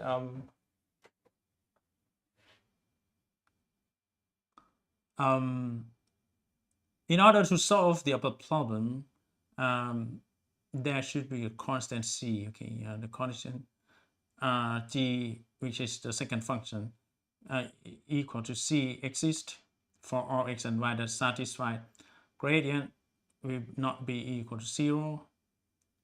And the point x and y that maximize or minimize the function f(x) and y under the condition t x and y equal to c could be written like this. Okay, I mean x mean x, y mean will be x and y from this one. Okay, x mean y mean be x and y from this one. All right, and the solution for this is given by this one. Okay, the solution from the above problem could be found from solving the gradient of the objective function. Okay, f(x) and y, this is objective function, and the constraint function t(x), y, this is the condition, right? And there is a constant. That constant is called Lagrange multiplier. Okay, Lagrange. Lagrange is the mathematician from France. Okay, this is Euler. Sorry, Lagrange. Lagrange is this person. Okay, Joseph Louis Lagrange. Okay, he is a French mathematician. Okay, Italian. Sorry, he's Italian, but his name seems to be French, but I don't understand why they say is Italian. Italian mathematician. Okay, Joseph Louis Lagrange. And yeah, that's the Lagrange multiplier, this lambda. Okay, let's solve the above problem. Solve this problem from the Lagrange multiplier. Okay, and yes, let's say this is y, this is x, right? And we can solve it. Okay, let me take a break for a while. We still have less than 43 minutes. Okay, we're gonna finish constraint optimization.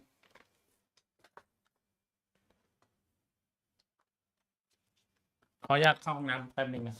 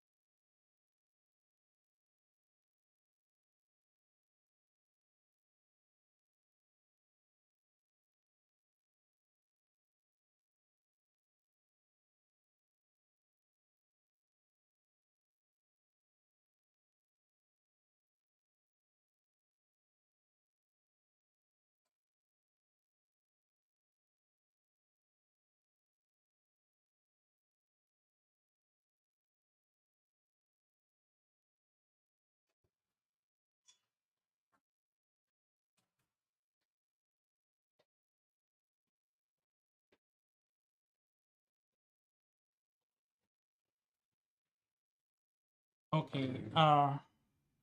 Yes, we will try to solve this problem, the perimeter, the rectangle problem. Sorry. Oh. What's that? Okay, again, whose maximum, whose area is maximum, right? So let's draw it again. We have a rectangle in this is x. Let's so this is x. Okay, and here is y. Okay, in the area is a, right? Something like that. Area A is x times y, right? And perimeter is 2a plus 2b, which is 20, right? So this one means a plus b is actually 10, right? So we're gonna solve this.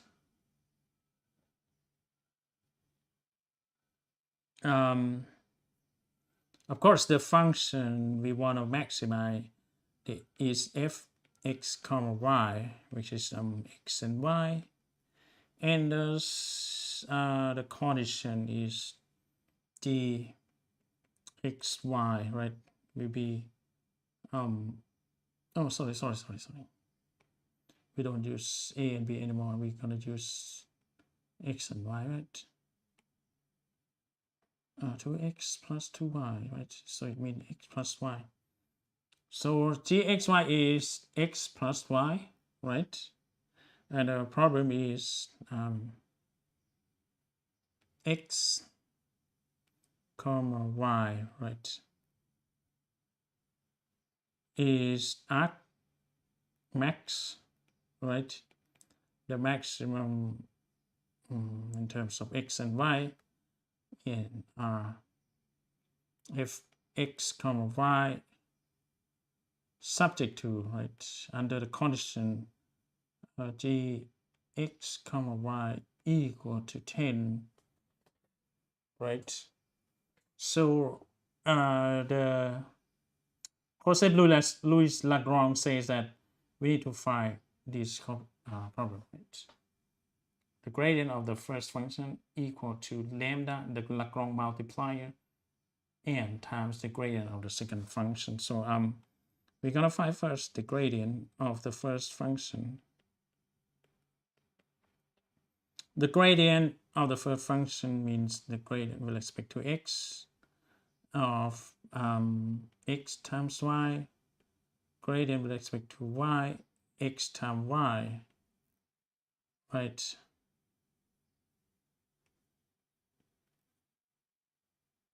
So it's equal to y, and this one is equal to x, right? And let's consider the gradient of dx, y, and it's equal to curve by curve x of x plus y and curve by curve y, x plus y. And here you have number 1, right? And you have also number 1 for the second component. We're gonna solve this equation, okay, for lambda and x and y. Okay, so what is that? It means we have gradient f x y equal to lambda and gradient dx y, and here is yx equal to lambda.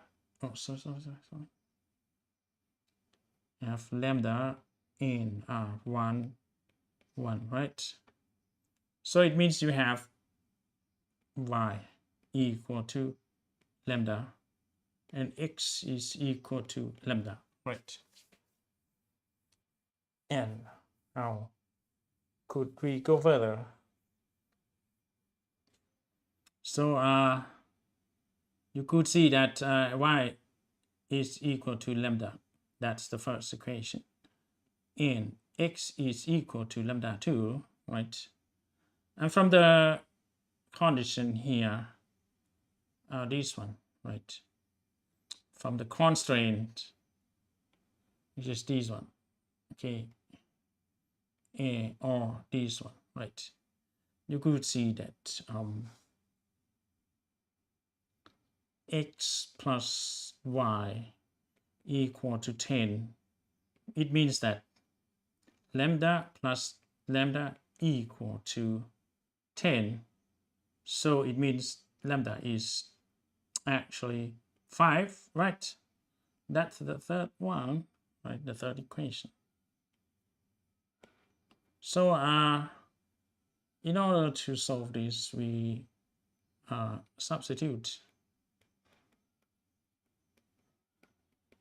substituting lambda equal to 5, which is equation number 3, into equation number 1 and equation number 2. Okay, so we obtain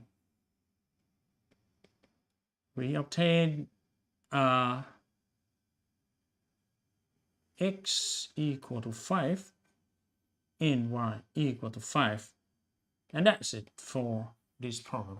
Okay, we use the Lagrange equation, the Lagrange multiplier.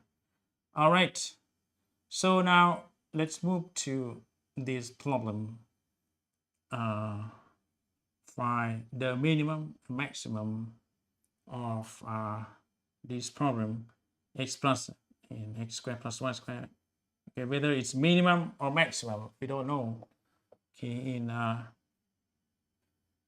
just of course, you could see that in this equation we have f x y. Oh, actually there are 3 variables actually.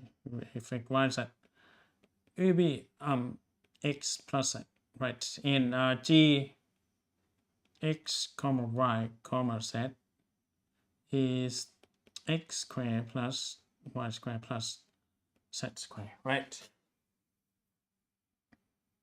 In order to solve this one, we're gonna use this equation. First, you need to find the gradient of the first function, the objective function, and the gradient of the constraint function. Gradient of the objective function, right?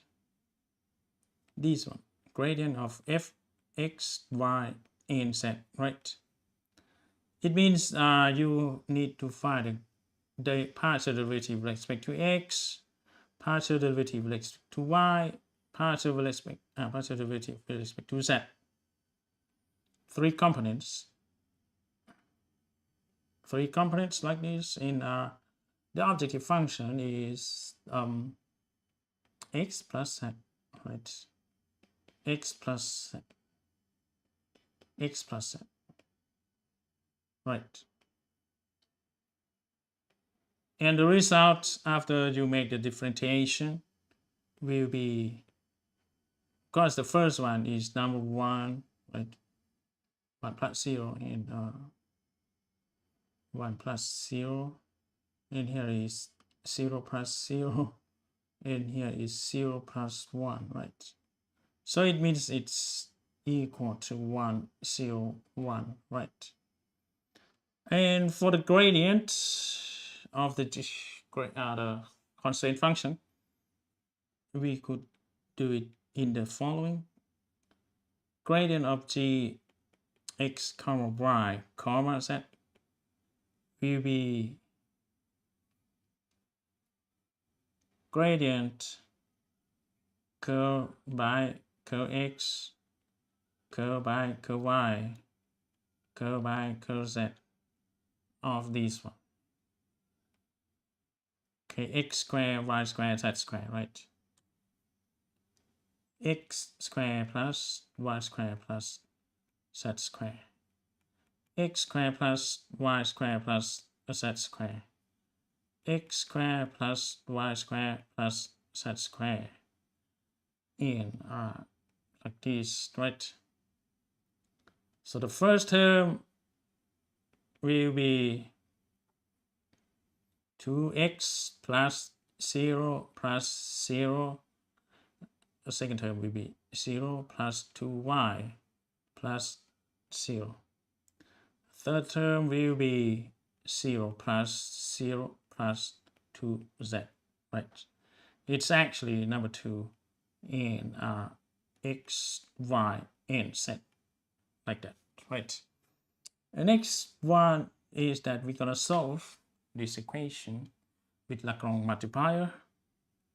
So we have here gradient of x, y, and z will be lambda, gradient of the g function, which depends on x, y, and z, 3 variables.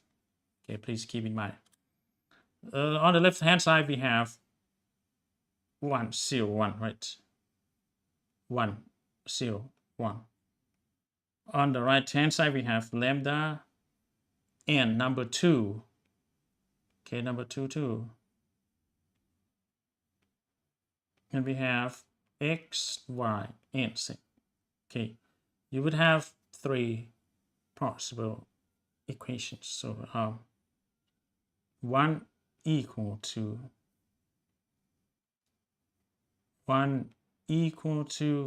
2 lambda x, 0 equal to 2 lambda y, and 1 equal to 2 lambda z. That's the first equation, right? That's the first equation. And here,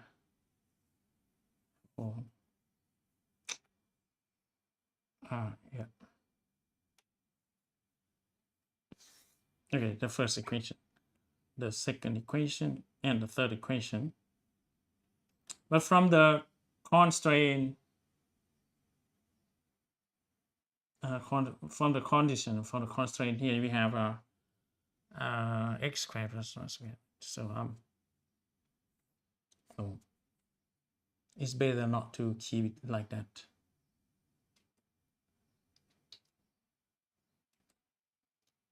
Okay, we are not gonna keep it like that. So in this way, we could see that x is equal to 1 by 2 lambda, 1 by 2 lambda. That's the first equation. In this way, we would see that y is 0 in the second equation. And in the third equation, you could see that z is 1 by 2 lambda, right? Which is the third equation.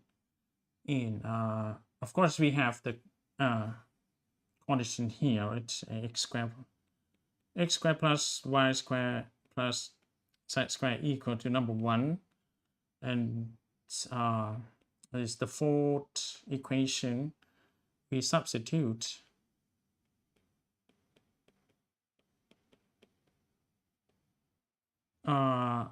equation number 1, number 2, and equation number 3 into equation number 4, and we obtain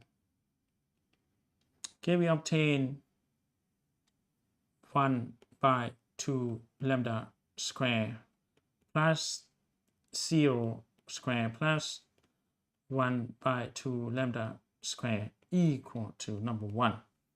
Okay, and let's solve this. If you go ahead with this, you could see that 1 by 4 lambda square plus 1 by 4 lambda square will be number 1, and that's actually 1 by 2 lambda square equal to number 1. So it means lambda square is actually equal to 1 by 2. So lambda will be plus and minus, plus and minus. So you could see that lambda 1 will be 1 by square root 2, and lambda 2 will be negative 1 by square root 2. All right. And what else?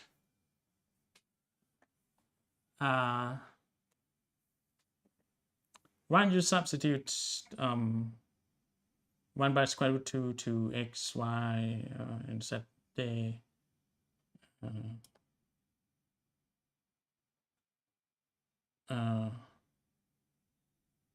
once you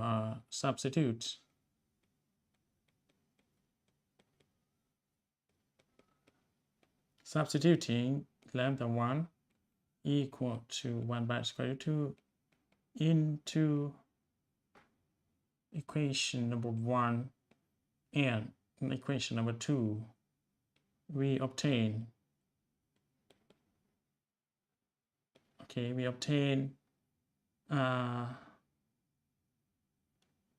x is 1 by square root 2 too, right?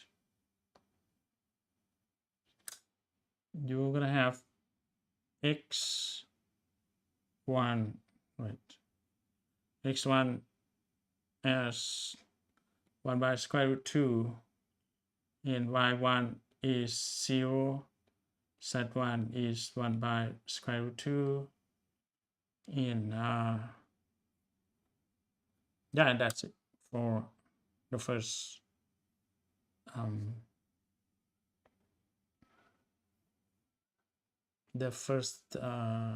group. In so it means you have 1 by square root 2 comma, you have x, you have 1 by square root 2 comma 0 and 1 by square root 2. And for the negative one, right, if you substitute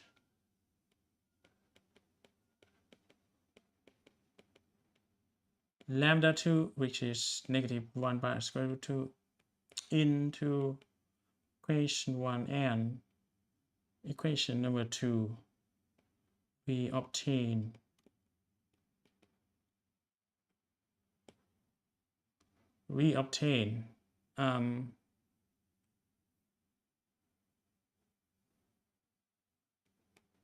x2, right, which is negative 1 by square root 2, y2 will be also 0, z2 will be negative 1 by square root 2 too. So it means you have the point negative 1 by square root 2 comma 0 and negative 1 by square root 2. So we are not sure which one is the minimum and maximum, right? So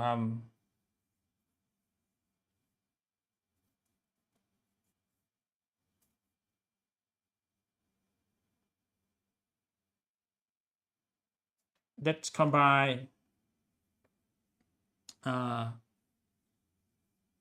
let's consider f 1 by square root 2 comma 1 by square root 2, which is x plus z, right? So it's 1 by square root 2 plus 1 by square root 2. So it means it's equal to, it's actually 2 by square root 2, or it's square root 2. So this is above 0, so it's greater than 0, right? We could say that the point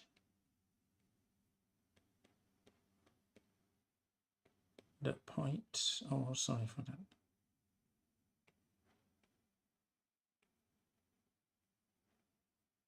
The point 1 by square root 2 comma 0 comma 1 by square root 2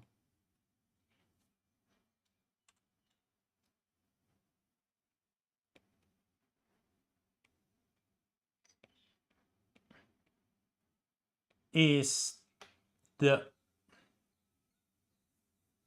local maximum, right? Is the local maximum of fx y z, which is x plus z.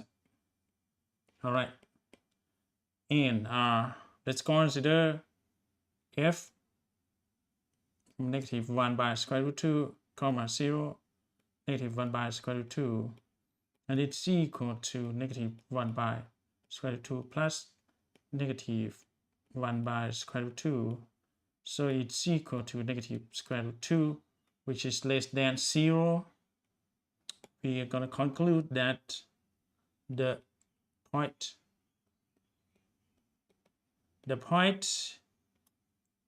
negative 1 by square root 2 comma 0 comma negative 1 by square root 2 is the local minimum, because it's less than 0. It's less than any point is local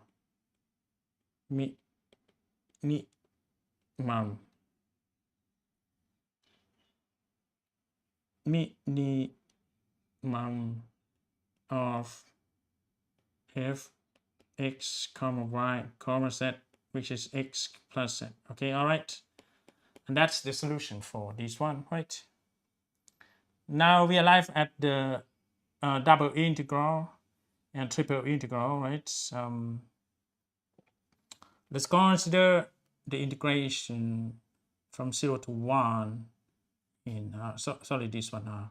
By the volume under the plane z equal 8x plus 6y over the rectangle 0, 1, 0, 2. So you have the plane. We need to draw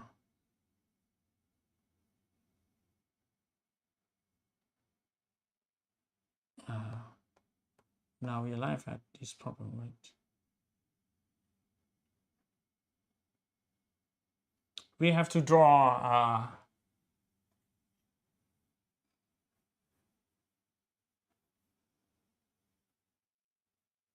so on the xy plane, this is y and this is x. It starts from 0 to 1 for x, 0 to 1 along the x-axis, right? And along the y-axis, 0 to 2.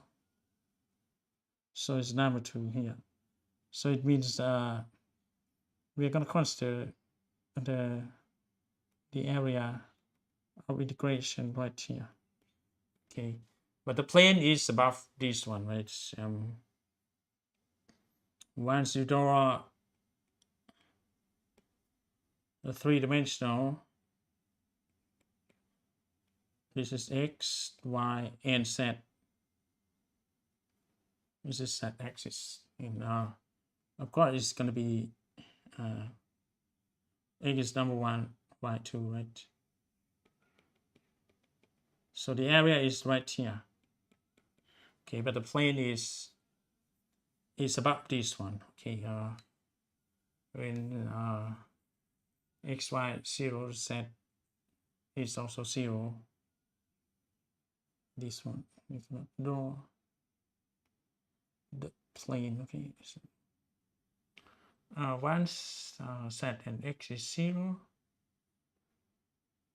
y is 0.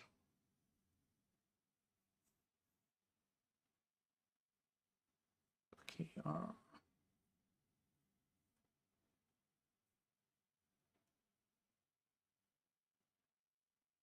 so we will make the integration of this one, right? Integration of z, right? Volume is the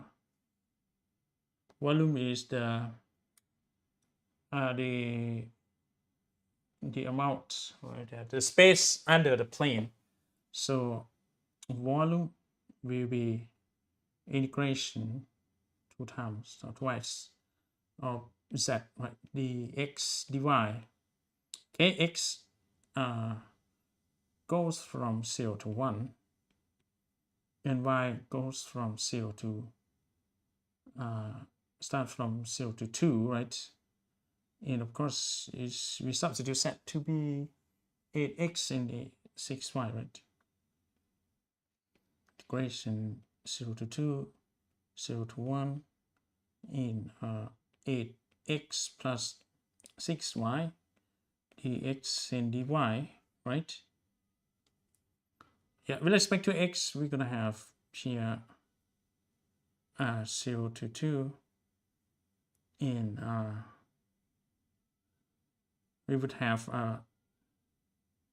8x squared divided by 2 plus 6x and y, right? In this is dy, but before that we're gonna need to say x is from 0, x is from 1, right?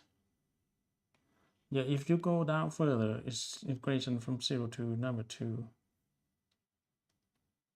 0 to 2, and it's 4, right? So you have right here 4 1 square minus 0 square plus 6y 1 minus 0, right? Closing parenthesis and divide. And if you go further, you're gonna see that you have here 4 plus 6y, right?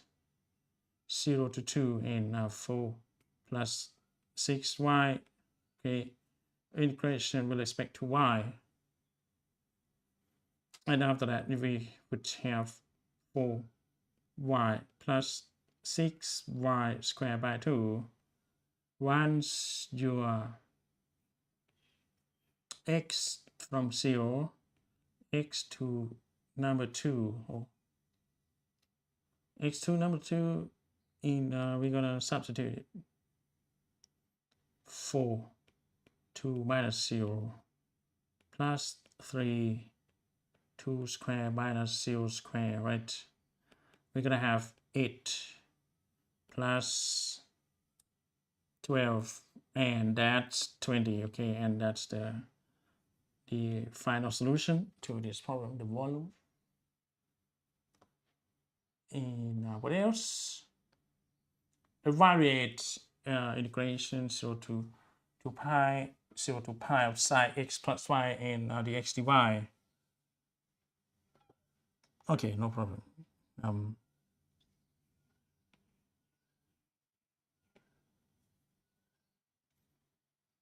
Okay, we still have 10 minutes left. The volume of this one, okay, set. Okay, v is integration from 2 to 3 in 1 to 2, right? Of exponential x plus y dx dy, right? Of course, you could see that it's 1 to integration 2 to 3 in exponential x times exponential y, actually, because the product of the exponent will be the summation of the exponent index here, dx dy.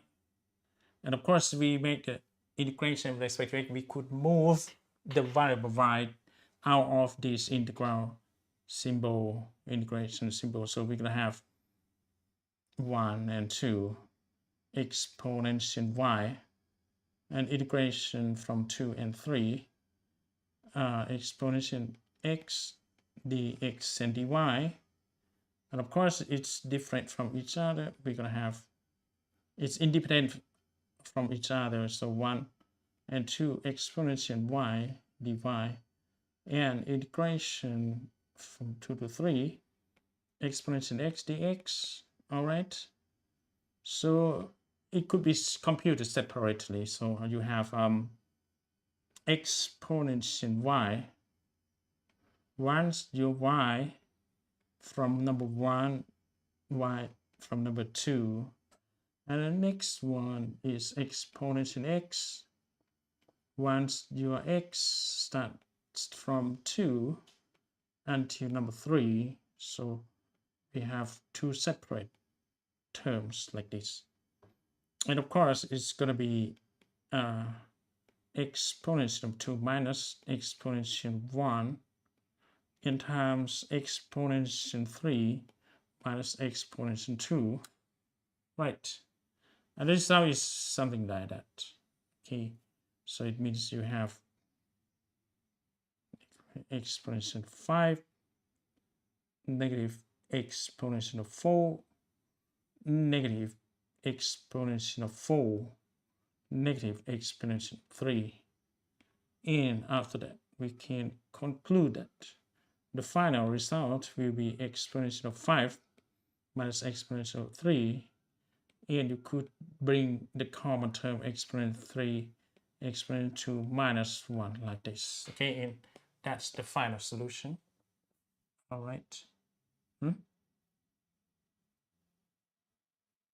Is that correct?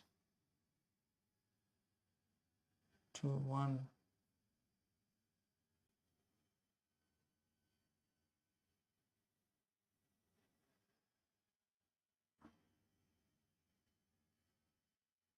Is that all right?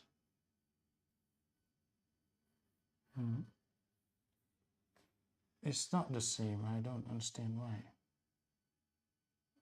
Exponential 2 minus 1.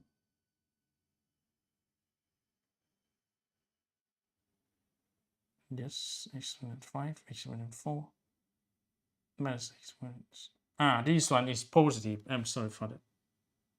This one is positive. This is positive.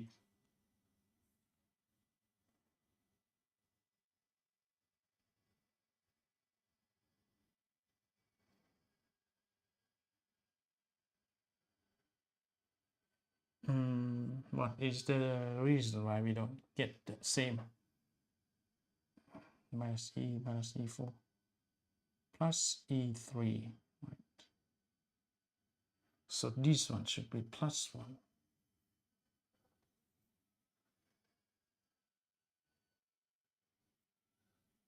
Right. Exponential 2, exponential 1, exponential 3, exponential 2.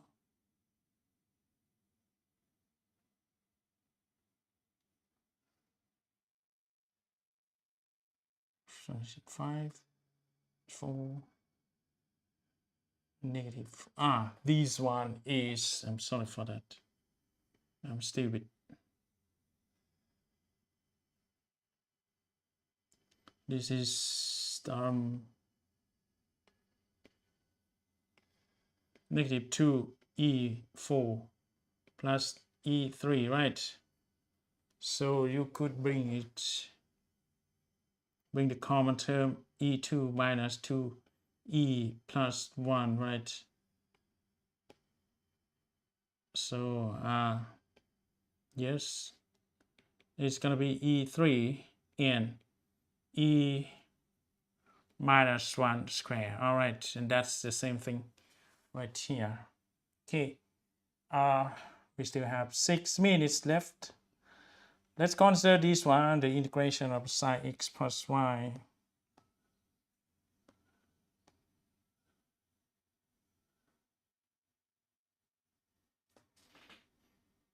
Okay, integration 0 to 2 pi. Integration from 0 to pi sine x plus y dx dy, right?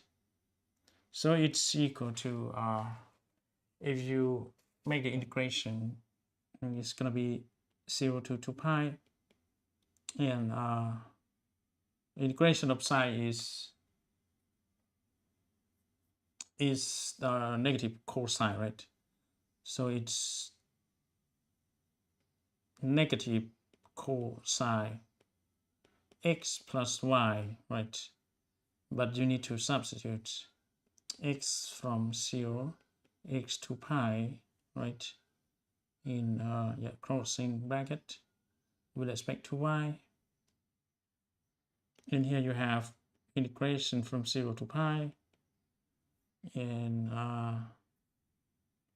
open parenthesis, there's going to be negative here, cosine y plus pi, right, in minus cosine y, okay, plus 0, and we don't have to write down 0, dy. All right, in what else? Let's go further.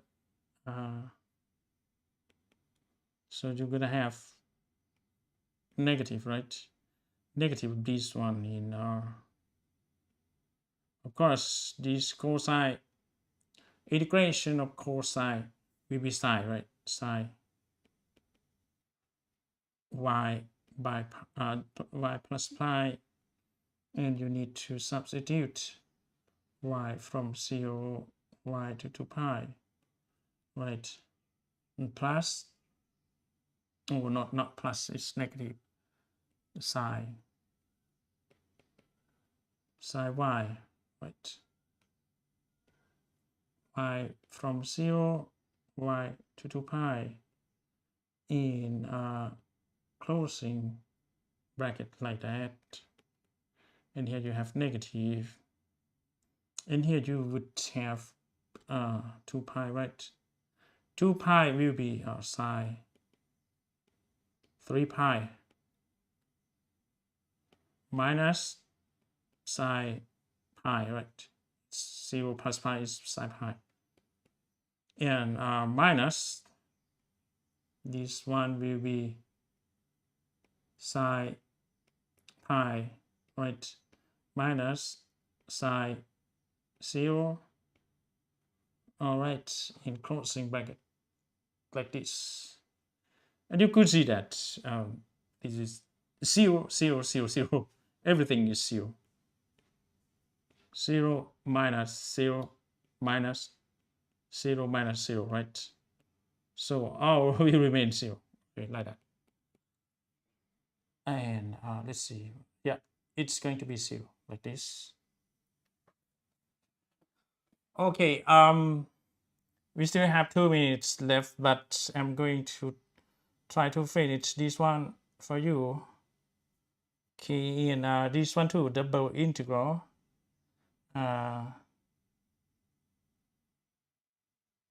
Triple integral will remain for you. Okay, in this region, this is the more complicated problem.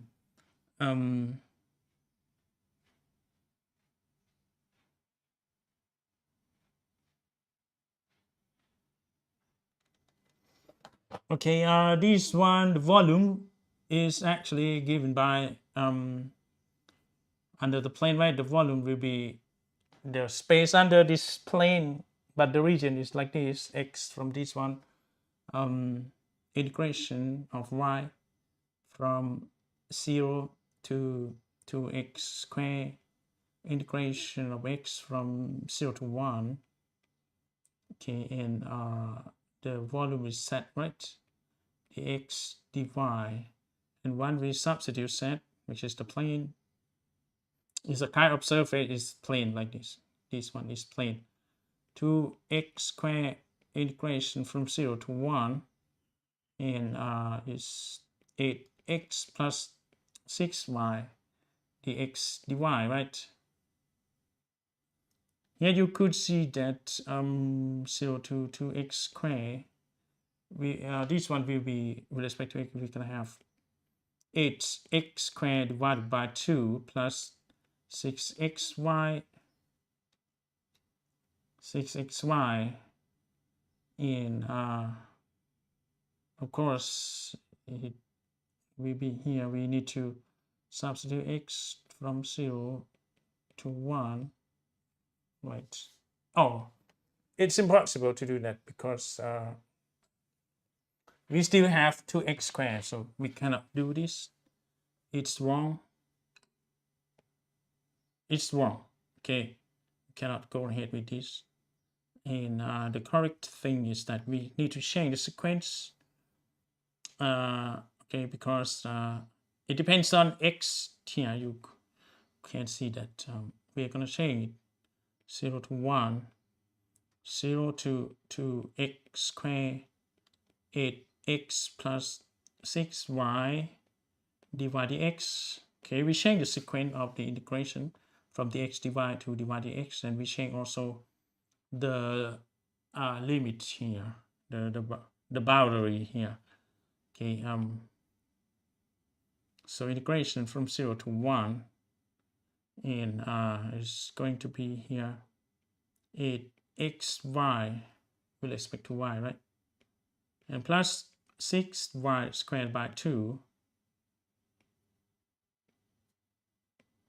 And now y has to be from 0 to x squared and dx. All right. And yes, of course, you could see that integration from 0 to 1. You have here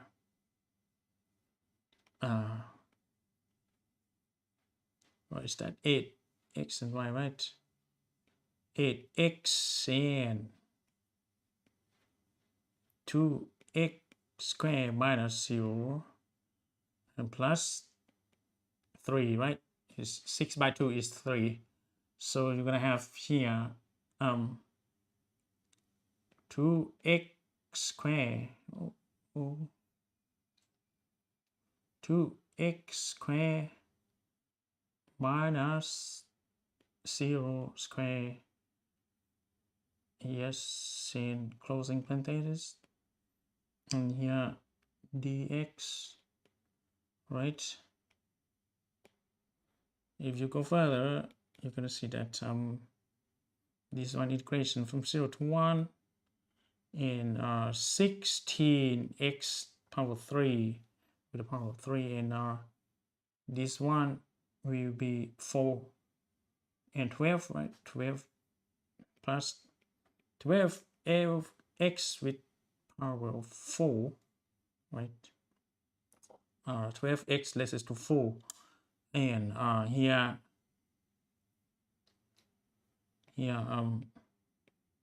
dx. All right, so finally we would have 16x to 4 divided by 4, x from 0, x to 1, and plus 12 x to 5 divided by 5, and x from 0, x to 1, right? And after that, we're gonna substitute it, and we get 4, 1 with the power of 4 minus, we get 4 and 1 to 4 and 0 to 4 plus 12 by 5, 1 to 5 minus 0 to 5. All right, and yeah, it's going to be 4 plus 12 by 5. Okay, and yeah, it's 20 plus 12 by 5, or 32 by 5, or it's actually 6.4. All right, and that's it for this problem. I'm not sure whether it's correct or not, but let's see. It's 6.4. Okay, all right, here. And this one is the three-Cartesian plane covered by this plane, right? You need to find the intercept to each one. Okay, and then you find the expression of the set, right? And you find the intercept, and yeah, you could make the integration in the same way as before. For the triple, this one is straightforward. Okay, you need to make the integration with respect to y first and then x. Okay, it's all right. The triple integral is quite straightforward. Okay, it's an extension from the double integration. You just have 3 cascaded integral symbol. Okay, because the time is over right now, we need to finish. But if one of you want me to solve any problem, just let me know after the 16 o'clock. Okay, วันนี้ก็หมดเวลาไว้เพียงแค่นี้แล้วจบบทที่ 6 นะครับ พร้อมสอบกลางภาคนะครับออกถึงน่าจะดับเบิลทริปเปิลอินทิกรัลนี่แหละก็คือท้ายบทที่ 6 นี้นะครับมีออกแน่นอนคือ local minimum local maximum นะครับเป็นข้อสอบให้เลือกทำนะครับก็คือดึงตัวร่วมไหมคะโอ้การชนกอุ้มผมจุดไหนครับ1553พอเวลาเร่งแล้วผมจะไม่ค่อยได้ดู text ที่คุณพิมพ์มานะครับการชนกอุ้มขออภัยด้วยครับมายก็เพิ่งเห็นว่าคุณพิมพ์อะไรมานะครับโอเคไหมดึงตัวร่วมไหมคะโอเคนะครับยังไม่ปิดโอ้นะก็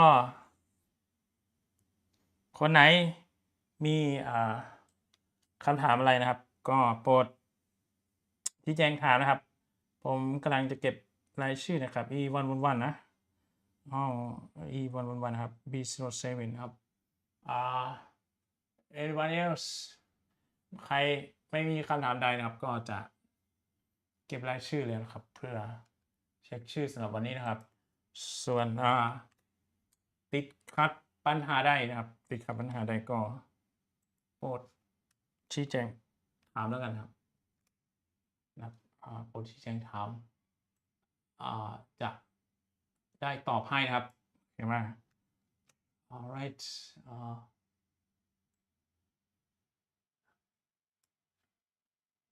ครับจะให้ติดขัดตรงปัญหาตรงใดนะครับก็โปรดถามได้นะครับ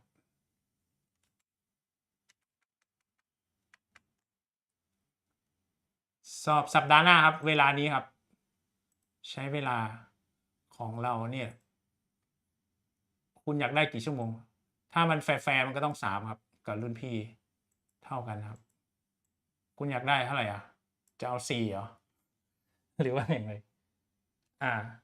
ก็ถ้าปกติแฟร์เหมือนรุ่นพี่ก็ต้องไม่เอาเปรียบรุ่นพี่เนาะก็ต้องเขาเรียกว่าอะไรก็ต้อง3ชั่วโมงเหมือนกันโอเคตรงนี้มี4คนนะครับส่วนอันนี้ชัยกิจเนาะจนถึงพิชยพงศ์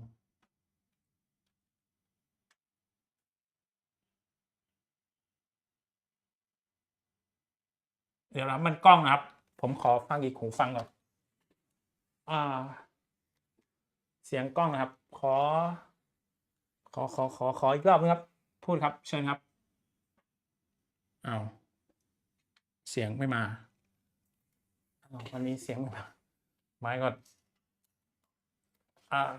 อีกรอบนึงครับขออภัยครับมีรอบภาษาไทยไหมคะเหรอที่คุณถาม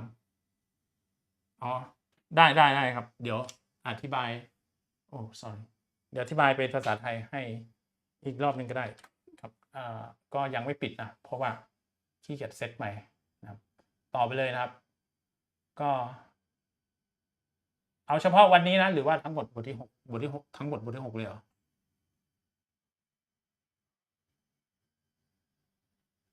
อะไรนะครับเสียงมันกล้องครับเสียงกล้องครับ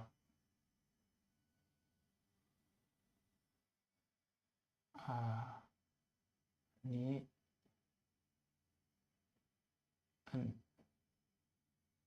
อาจารย์โอเคไหมครับหมายความว่าไงทั้งหมดบท6เลยใช่ไหมภาษาไทยเอาคร่าวๆโอเคครับได้ครับก็ต่อเลยนะครับถ้าใครจะฟังบทที่6นะครับผมจะไม่ค่อยดีไลท์นะแต่จะพูดคร่าวๆให้เห็นมุมมองคร่าวๆนะครับก็บทที่6นะครับโอ้โหมันทำไม มีหลายหน้ามากโอเคก็เราเรียนบทที่6ใช่ไหมครับก็เป็นทวนก่อนอันนี้ทวนผลการดิฟผลการอินดิเกตคุณจะเห็นว่ามันใช้เห็นไหมตอนปลายบทเนี้ยนะครับแล้วก็ tangent plane to a surface นะครับตรงนี้เป็นปริมาณพื้นฐานทางเลขาคณิตนะครับถัดไปไม่มีใครพิมพ์มาอีกแล้วนะชนะพรคนสุดท้ายนะครับโอเคถัดไปก็จะเป็น directional derivative นะครับก็ค่อนข้างยุ่งยากนิดนึงนะครับแล้วก็4ปริมาณนะครับคือ gradient Laplacian divergent curve นะครับซึ่งเป็นปริมาณจากแคลคูลัสหรืออนุพันธ์ล้วนๆนะครับสิ่งที่ยากแล้วแต่ว่ามันมีประโยชน์นะครับก็คือประยุกต์ใช้นะครับด้วยโดยเฉพาะอย่างยิ่งโลจิสติกหาเส้นทางสั้นสุดอะไรเงี้ยอาจจะใช้ตรงนี้ local minimum local maximum นะครับก็กรณีที่เป็นไปตามความจริงมากกว่าก็คือ constraint optimization ก็คือการหาค่าที่เหมาะที่สมที่สุดการหาค่าเหมาะสมที่สุดภายใต้เงื่อนไขนะเขาเรียกว่า constraint optimization ส่วน local minimum local maximum ก็คือการหาค่าเหมาะสมที่สุดนั่นแหละแต่แบบไม่มีเงื่อนไขนะครับอันนี้2เรื่องนี้มันสัมพันธ์กันอันนี้จะยากนิดนึงตรงที่มีเงื่อนไข double integral กับ triple integral ก็เครื่องหมายถั่วงอกมันมี2ชั้น3ชั้นนะครับโอเคไหม2ชั้นก็จะ2ชั้นก็จะวุ่นวายขึ้นมานิดนึงแต่คุณต้องเล็งตรงลิมิตให้ดีนะครับถ้ามันติดตัวแปรต้องอินดิเกตอันนั้นก่อนนะครับโอเคไหมส่วน triple integral ก็หลักการคล้ายๆกับ double ถ้าคุณทำ double ได้ triple ก็ไม่น่ายากนะโอเคbasic derivative นะครับก็คือเอกลักษณ์การดิฟการหาอนุพันธ์พื้นฐานนะครับก็ดิฟไซน์ได้คอสใช่ไหมดิฟคอสลบไซน์ดิฟแทนเซกกำลังสองนะ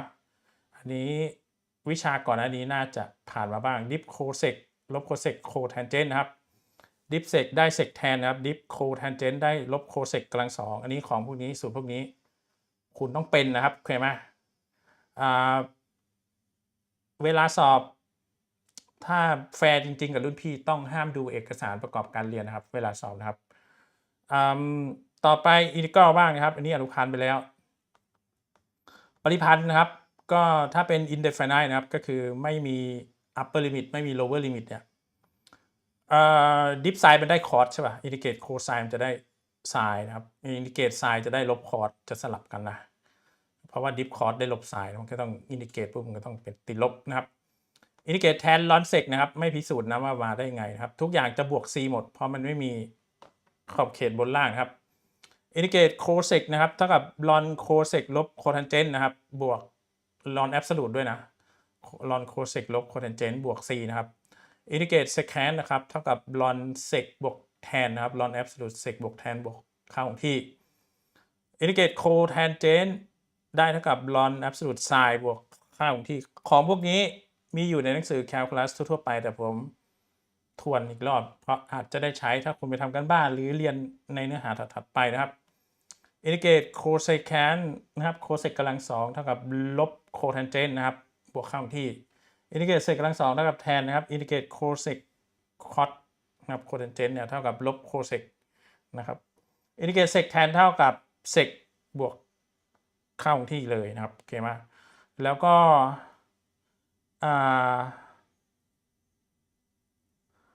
ถ้ามีฟังก์ชันมีการสเกลนะครับมีค่าคงที่ไปอยู่หน้า variable ตัวแปร x นะครับก็ใช้ change of variable การเปลี่ยนตัวแปรนะดิฟเทียบ u แทนใช่ป่ะเรา u เป็น ax ใช่ป่ะก็ดิฟออกมามันก็จะได้ a ก็กระเด็นมาอยู่ข้างหน้าส่วนดิฟ u ก็ดิฟเทียบ u ไปธรรมดาครับโดยที่ต้องฝังใจจำไว้ว่า u มันคือ ax นี่คือการเปลี่ยนตัวแปรเบื้องต้นนะครับง่ายๆโอเคต่อไปเปลี่ยนตัวแปรนะครับตัวอย่างแรกนะครับดิฟไซน์2ทีใช่ไหมดิฟไซน์2ทีก็ดิฟไซน์ได้คอสใช่ไหมคอส2ทีแล้วก็ดิฟไซน์ก็เป็น2ก็จะเป็น2กระเด็นอยู่ข้างหน้าด้วยดิฟโคไซน์ได้ลบไซน์9ทีแต่ว่าดิฟ9ด้วย9จะกระเด็นมาข้างหน้าเป็นลบ9ไซน์9ทีโอเคส่วน tangent plane to surface at different points นะครับก็คือระนาบความชันนะครับที่สัมผัสกับพื้นผิวที่จุดต่างๆอันนี้สัมผัสที่ข้างบนนะครับสัมผัสที่ขอบข้างล่างสัมผัสที่ ต่ำลงมาอีกนะครับวิธีทำก็คือใช้สูตรนี้นะครับก็คือมี x ลบ a ตัวแปรนะครับแล้วก็เราไปดิฟ surface นั้นเทียบ x แทนค่าที่จุด a b c นะครับเอา y ลบ b คูณกับดิฟของฟังก์ชันนั้นเทียบตัวแปร y ที่จุด a b c นะครับz ลบ c แล้วก็คูณกับดิฟของฟังก์ชันนั้นเทียบกับตัวแปร z ที่จุด a b c นะครับแล้วก็จับบวกกันเท่าศูนย์นั่นแหละมันคือระนาบนะครับคืออันนี้ก็ตัวอย่างทำให้ดูนะครับที่โจทย์นี้โจทย์ไหนครับโจทย์นี้นะครับ2 ลบ 1นะครับสัมผัสกับทรงกลมนี้นะครับคุณก็ใช้สูตรนั้นนะครับก็คือคุณต้องหา f(x, y) ให้ได้นะครับโดยการย้าย9มาอยู่ทางซ้ายแต่ก่อนที่จะเริ่มทำนะครับให้เช็คก่อนกันว่า2 ลบ 1มันอยู่ในนี้จริงไหมก็คือแทน x เป็น2 y เป็น2 z เป็นลบ 1มันเท่ากับ9ไหมมันควรจะเท่านะถ้าไม่เท่าก็คือโจทย์ผิดไม่ต้องทำนะครับมันทำไม่ได้แต่ถ้าแทนแล้วมันเท่าก็คือโจทย์ถูกอยู่แสดงว่าเราต้องหา f(x, y) f(x, y) ก็คือโยน9มาอยู่ซีกซ้ายแล้วก็ดิฟเทียบ x ดิฟเทียบ y ดิฟเทียบ z แทนก็ไม่ได้สูตรนะครับโอเคไหมแล้วก็แทนค่า x เท่ากับ2 y เท่ากับ2 z เท่ากับลบ 1ด้วยนะครับเนี่ยแทน x เป็น2 y เป็น2 z ลบ 1ครับดิฟเทียบ x ดิฟเทียบ y ดิฟเทียบ z แล้วก็จับใส่ในสูตรก็จัดรูปมันก็จะออกมาเป็นสมการระนาบเรียบๆธรรมดานะครับตรงนี้ต่อไปถ้าเป็นฟังก์ชันยักษ์ขึ้นก็เหมือนกันนะครับคุณมี z เป็นอย่างนี้นะครับจุดอย่างนี้ก็เช็คก่อนว่ามันลงจริงไหมนะพอลงจริงแล้วนะครับก็หาฟังก์ชัน f(x, y) นะครับ f(x, y) ก็โยนมันต้องติด x y z ใช่ป่ะคุณก็โยนอะไรข้างใดข้างหนึ่งก็ได้คุณโยน z มาอยู่ซีกขวาก็ได้มันก็จะเป็นติดลบ z ตัวนี้ก็เป็น0ไอ้ซีกนี้แหละที่มันอยู่ข้างๆหนึ่งอีกข้างหนึ่งของ0นะมันเขาเรียกว่า f(x, y, z) นะครับคุณก็ดิฟไปเทียบ x เทียบ y เทียบ z ครับแล้วก็แทนลงในสูตรครับคุณก็จัดรูปสามารถหาระนาบได้นะครับคุณก็สามารถจัดรูปหาระนาบได้จะติด e ติดอะไรก็แล้วแต่เขานะครับแล้วก็ตอบอยู่ในรูปของ tangent plane ที่เป็นเซตของ x y z ใช่ไหมได้สมการไงติดตัวแปร x ตัว y z ฝั่งซีกขวาเป็นค่าของที่ไปนะครับ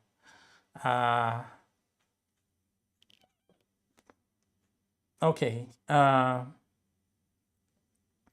ต่อไป directional derivative นะครับ directional derivative ก็ค่อนข้างวุ่นวายนิดนึงคือว่าเราจะหาอนุพันธ์นะครับไปตามทิศทางของเวกเตอร์ยูนิต1หน่วยนะครับเวกเตอร์ v ที่มี v1 v2 นะครับแล้วขนาดของมันเป็น1ได้โดยถ้าเป็น2ตัวแปรนะถ้าเป็น x y นะครับก็ดิฟเทียบ x แทน x เป็น a y เป็น b นะครับคูณกับ v1 นะครับแล้วก็ค่าของ v1 นะแล้วก็ดิฟเทียบ y แทนที่จุดx เป็น a y เป็น b ที่จุด v2 ครับถ้าเป็นฟังก์ชัน3ตัวแปรครับก็จะมี3ก้อนครับก็คือดิฟเทียบ x แทน x เป็น a y เป็น b z เป็น c คูณกับ v1 ครับ v นี่ก็ต้องมี3องค์ประกอบนะ v1 v2 v3 นะครับก็คือ v x v y v z นั่นแหละนะครับโอเคไหมก็ดิฟเทียบ y นะครับก็จะเป็นดิฟเทียบ y นะครับแล้วก็แทน x เป็น a y เป็น b z เป็น c คูณกับ v2 นะครับบวกกันบวกก้อน3นะครับถ้าตัวฟังก์ชันเรามี3ตัวแปรนะดิฟเทียบ z นะครับแล้วก็แทน x เป็น a y เป็น b z เป็น c v3 นะครับโอเคป่ะก็จบนะครับสำหรับ directional derivative gradient มีความสำคัญใกล้ชิดกับใน gradient ใช้เยอะเห็นไหมมาที่ยาวมาถึง local min local max เลยนะครับก็คุณก็ถ้ามี2ตัวแปรคุณก็ดิฟเทียบ x ดิฟเทียบ y ถ้ามี3ตัวแปรก็ดิฟเทียบ x ดิฟเทียบ y ดิฟเทียบ z ถ้ามี4ตัวแปรก็เทียบ x 1 x 2 x 3 x 4ไปนะครับตามจำนวนตัวแปรส่วนความสัมพันธ์ระหว่าง directional derivative กับ gradient ก็คือเอาเวกเตอร์มา inner product กับ gradient ครับมันก็คือ directional derivative ละง่ายๆครับยกตัวอย่างเช่นถ้าเรามีเวกเตอร์นะครับ1 รูท 3 1 ส่วนรูท 3 ลบ 2 ส่วนรูท 3 รูท 7 2 รูท 3อะไรพวกเนี้ยเขาอยากหา directional นะครับ derivative ของฟังก์ชันนี้ไปตามทิศทางของเวกเตอร์นี้ที่จุดนี้นะครับคุณก็ลองแทนดูก่อนก็ได้นะครับแต่ส่วนใหญ่แล้วมันก็ได้นะอันนี้ไม่ต้องแทนโอ เคไหมไม่ต้องแทนไม่ต้องทดลองแทนครับโอเคคุณก็ diff เทียบ x diff ฟังก์ชันเนี่ยเทียบ x แล้วก็แทนค่าด้วยจุดนี้ x เหลืออะไร y เหลืออะไร z เหลืออะไรก็แทนด้วยจุดนี้ครับนั่นคือวิธีหนึ่งแต่ว่าวิธีของ gradient ก็คือกู diff เทียบ x diff เทียบ y diff เทียบ z จับมาตั้งเป็นเวกเตอร์นะครับแล้วก็จับ inner product เดี๋ยวนะแทนก่อนแทนค่า x เป็น2 รูท 3 y เป็น1ส่วนรูท 7 z เป็นลบ pi ส่วน2ครับแทนเข้าไปจากนั้นมา inner product กับ y กับเวกเตอร์ v คุณก็จะได้ directional derivative ทันทีนะครับไม่ยากอันนี้แทนค่านะครับเห็นไหมแทนค่าเขาก็จะได้เป็นตัวเลขออกมานะครับพอได้ตัวเลขปุ๊บคุณมี inner product กับเวกเตอร์ v คุณจะได้ directional derivative ขึ้นมานะครับ directional derivative เป็นค่าคงที่นะครับเคมันค่าคงที่ constant ต่อไปนะครับเรื่อง gradient ไปแล้ว Laplacian นะครับ Laplacian เป็น diff อันดับ2นะครับอนุพันธ์อันดับ2ก็diff เทียบ x 2 ครั้ง diff เทียบ y 2 ครั้ง diff เทียบ z 2 ครั้งก็จะบวกกันครับยกตัวอย่างเช่นถ้าเป็นอันนี้นะครับคุณก็จับ diff เทียบ x 2 ครั้งเผอิญมันลงเป็น0ก็ไม่เป็นไรนะครับdiff เทียบ y 2 ครั้งก็ติดอะไรก็ช่างนะครับdiff เทียบ z 2 ครั้งอะไรก็ช่างก็จับบวกกันแค่นั้นแหละเขาเรียกว่า Laplacian นะครับ Laplacian เสร็จเรามาดู divergent นะครับ divergent เป็นปริมาณเวกเตอร์นะครับปริมาณเวกเตอร์ชนิด dot product นะครับคุณหา gradient มาก่อนแล้วก็มา dot product กับ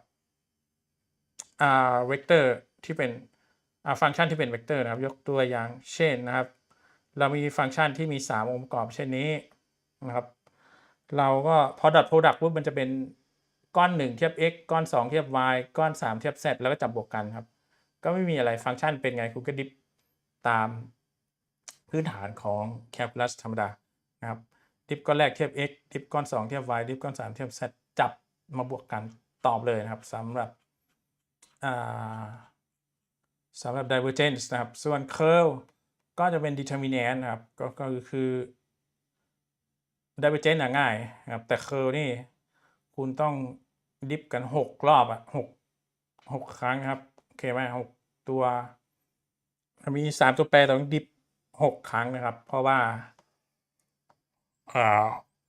ตามจำนวน determinant ครับตามจำนวน determinant ของคุณเนี่ยมันก็จะมีดิฟ6 ครั้งครับ1 2 3 4 5 6คุณต้องดิฟ6 ครั้งก็จัดรูปวางอยู่ใน ijk นะครับก็จะวุ่นหน่อยสำหรับ curl นะครับผลลัพธ์ออกมาจะเป็นเวกเตอร์นะครับเพราะว่ามันเป็น determinant ของเวกเตอร์นะครับเนี่ยจับ curl ออกมาครับจะได้เป็นเวกเตอร์ติด ijk ต่อไป local min local max นะครับ local min local max ก็คือจุดต่ำสุด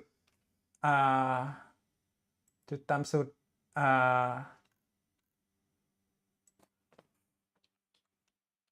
จุดต่ำสุดสูงสุดนะครับเหมาะสมที่สุดนะครับก็ประกอบด้วยอะไรบ้างจุดต่ำสุดนะครับจุดต่ำสุดแบบ local นะครับบริเวณนั้นกับจุดต่ำสุดทั้งหมดนะครับจุดสูงสุดบริเวณนั้นจุดสูงสุดทั้งหมดนะครับโอเคไหมการหาจุดสูงสุดต่ำสุดนะครับมันก็คือสิ่งที่เรียกว่า critical point ครับก็คือจุดที่มีความชันเป็น0นะครับอันนี้จะ general ทั่วไปแล้วนะก็คือในกรณีของวิชาแมทก่อนหน้านี้มันจะ1 ตัวแปรแต่วิชานี้มันจะหลายตัวแปรนะพอหลายตัวแปรมันจะเป็นเวกเตอร์นะครับเราใช้ gradient นะครับเห็นไหมบอกว่า gradient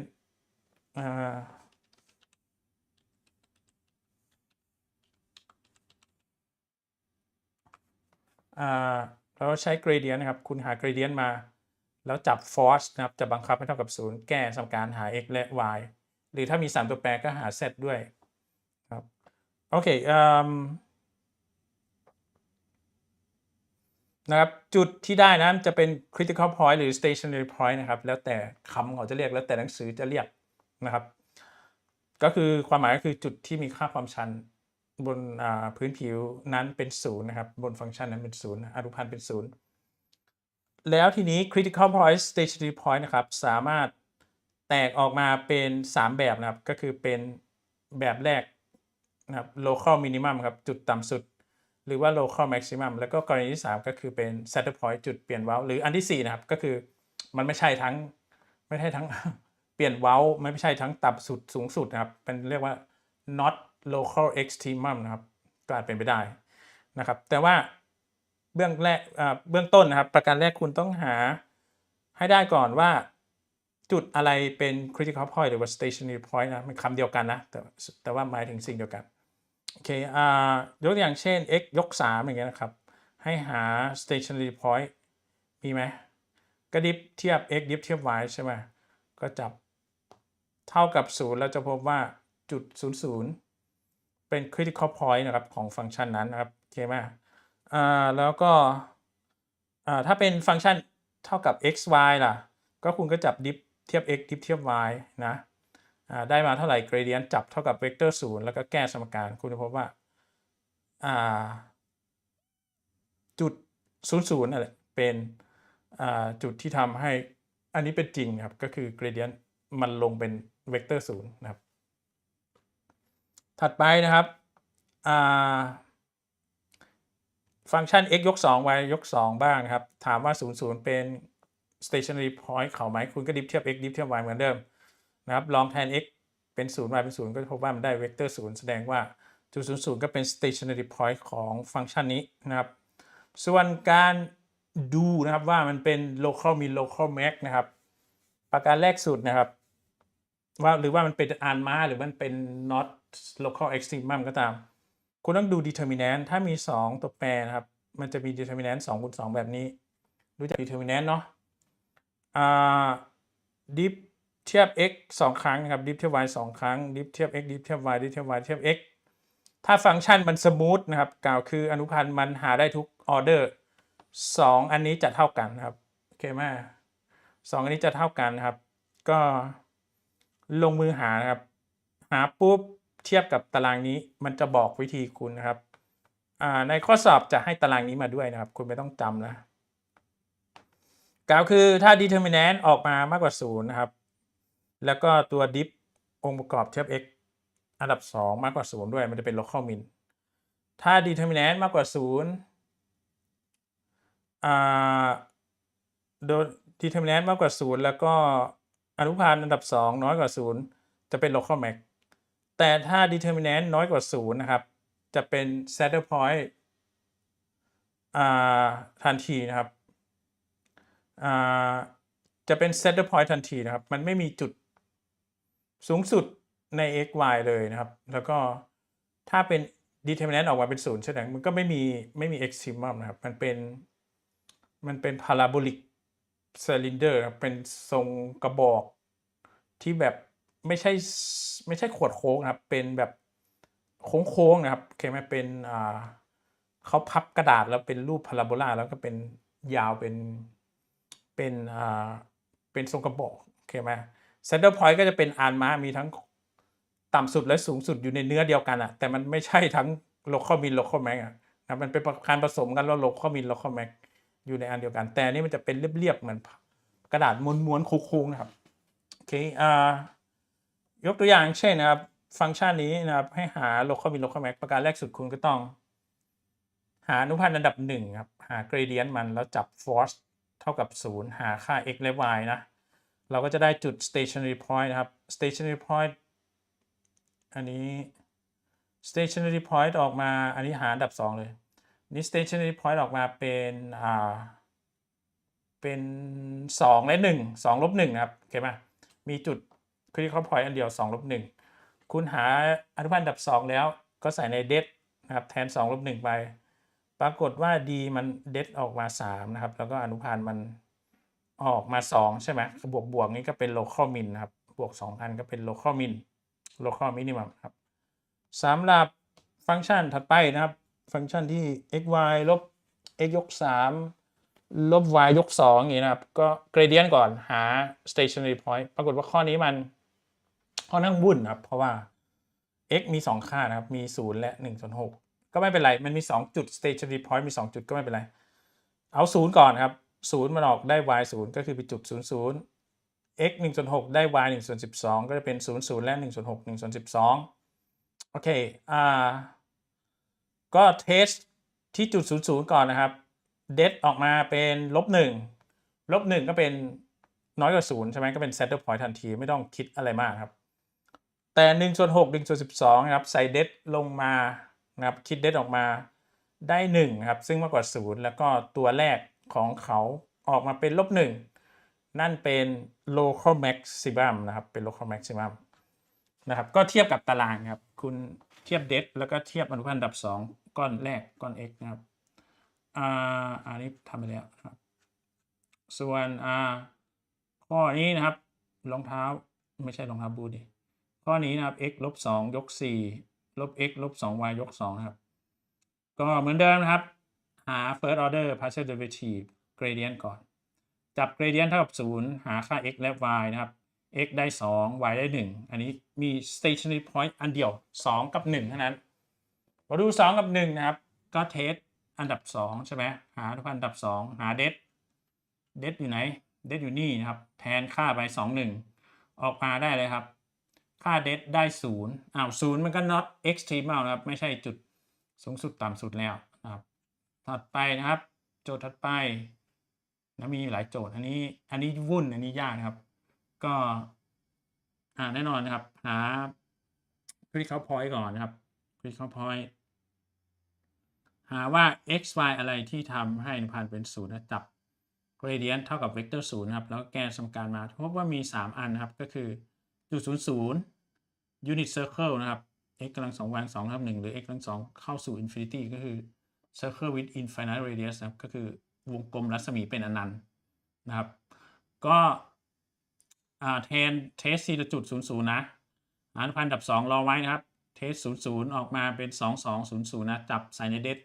ออกมาเป็น4นะครับเดดออกมาเป็นบวกแล้วก็ก้อนแรกเทียบ x กำลัง2เป็นบวกด้วยเป็น local min นะครับเป็น local min ส่วนไอ้พวก radius ที่เป็น1เป็น infinity นะครับคุณไปลองเทสดูก็ได้นะครับมันจะเดดออกมาจะเป็น0บ้างนะครับโอเคเดดเป็น0กัน non local non local maximum ไม่ใช่จุดสูงสุดต่ำสุดนะครับก็นั่นคือ local min local max ต่อมาเป็น constraint optimization นะครับก็คือการหาค่าเหมาะสมที่สุดภายใต้เงื่อนไขยกตัวอย่างเช่นการหาพื้นที่รูปสี่เหลี่ยมอะไรเอ่ยที่มีเส้นรอบรูปเท่ากับ20 เมตรแล้วก็พื้นที่มันต้องมากที่สุดเราจะสร้างพื้นที่เราจะสร้างสี่เหลี่ยมอย่างไรที่พื้นที่มากที่สุดโดยที่เส้นรอบรูปถูกจำกัดไว้แค่20 เมตรนะครับอันนี้เป็นปัญหาการหาค่าเหมาะสมที่สุดภายใต้เงื่อนไขหรือภาษาอังกฤษเรียกว่า constraint optimization ครับ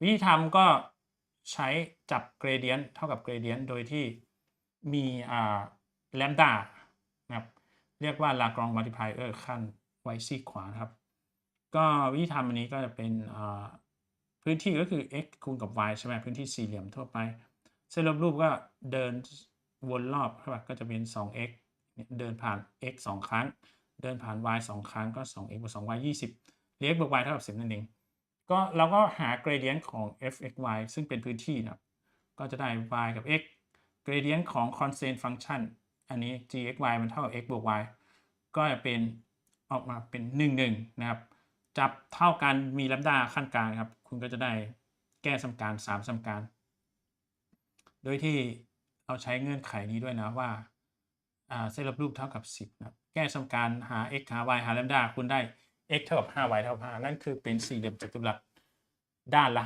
5 เมตรนะครับโอเคไหมอันนี้คือตัวอย่างครับจากนั้นก็เป็นแมทเลยนะไม่ได้รูปสี่เหลี่ยมแล้วอันนี้ก็คือ f(x,y) คือ x(z) objective function ครับหลังไอ้ min max นั่นคือ objective function นี่คือ f(x,y) ส่วนหลังคำว่า s จุด t จุดก็คือ g(x,y) ไม่ต้องไปเอา1นะโอเคไหมเอาซี่อย่างเงี้ยค่าของที่อะไรทิ้งไว้นะครับก็คุณก็จะได้ x กำลัง2 y กำลัง2คือ g คุณหา gradient ของ f นะครับ diff เทียบ x diff เทียบ y diff เทียบ z เรียกว่า gradient หา gradient ของ g diff เทียบ x diff เทียบ y diff เทียบ z ของ g นะครับจับเท่ากันแล้วขั้นกลางด้วย lambda โอเคไหมก็หา lambda นะครับแล้วก็ใช้เงื่อนไขของเขาก็คือ x กำลัง2บวก y กำลัง2 z กำลัง2เท่ากับ1นะครับคุณก็จะได้คำตอบมานะครับมี2แบบนะครับ แลมด้า1เป็น1ส่วนรูท2แลมด้า2เป็น1ลบ1ส่วนรูท2เราพบว่าเราต้องแทนลงไปนะครับ x บวก z นั้นครับเป็นอย่างไรถ้าได้1ส่วนรูท2 y มันเป็น0อยู่แล้วนะครับ z เป็น1ส่วนรูท2ถ้าแทน y เท่ากับ1ส่วนรูท2ผลลัพธ์ออกมานะครับผลลัพธ์ออกมาเป็นรูท2นะครับซึ่งค่าบวกโอเคไหมจำไว้ก่อนถ้าแทนเป็นลบ1ส่วนรูท2ผลลัพธ์ออกมา x บวก z ได้เป็นลบรูท2ครับดังนั้นค่าสูงสุดค่าที่ทำให้เกิดสิ่งที่สูงสุดก็คือจุดนี้1ส่วนรูท2 0 1ส่วนรูท2นะครับsorry ตรงนี้ด้วยมันต้องเป็น1ส่วนรูท2เขียนตกนะครับโอเคนี่คือจุดสูงสุดนะครับ maximum เลย local maximum แต่ไอ้ลบ1ส่วนรูท2เนี่ยแทนออกมาแล้วติดลบรูท2เขาแสดงว่าจุดต่ำสุดนะครับก็คือเรียกว่าเป็น local minimum ของฟังก์ชัน f(x) บวก y บวก z ถัดไปก็เป็น double integral นะครับก็เป็นยกตัวอย่างเช่นปัญหาของการหาปริมาตรภายใ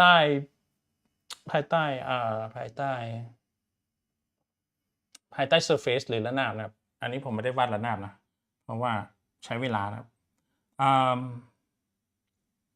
ก็อินดิเกตนะครับ2ตัวแปรนะครับคุณก็เทียบ x เทียบ y กันไปนะครับไม่มี x นะครับก็ x ปรากฏขึ้นมา x อยู่แล้วก็ x ยกกำลัง2แล้วก็หารด้วยเลขชี้กำลังคือเลข2นะครับอันนี้ไม่ยากเพราะว่าขอบเขตลิมิตบนล่างเป็นตัวเลขครับคุณก็อินดิเกตตรงๆดื้อๆครับส่วนกรณีที่ยากขึ้นมานะครับอันนี้ก็ไม่ยากนะครับเพียงแต่ว่าฟังก์ชันเริ่มยาก e ยก x ยก y อันนี้ง่ายเข้าไปใหญ่นะเพราะว่า e ยก x บวก y มันคือ e ยก x คูณกับ e ยก y อินดิเกตเทียบ x เทียบ y มันแยกกันได้นะครับคุณก็โยน y ออกมาข้างนอกแล้วก็อินดิเกตเทียบ y อิสระไปเลยอินดิเกตเทียบ x อิสระไปเลยเพราะว่าไส้ในมันไม่เกี่ยวกันนะครับก็จัดรูปนิดนึงนะครับแล้วก็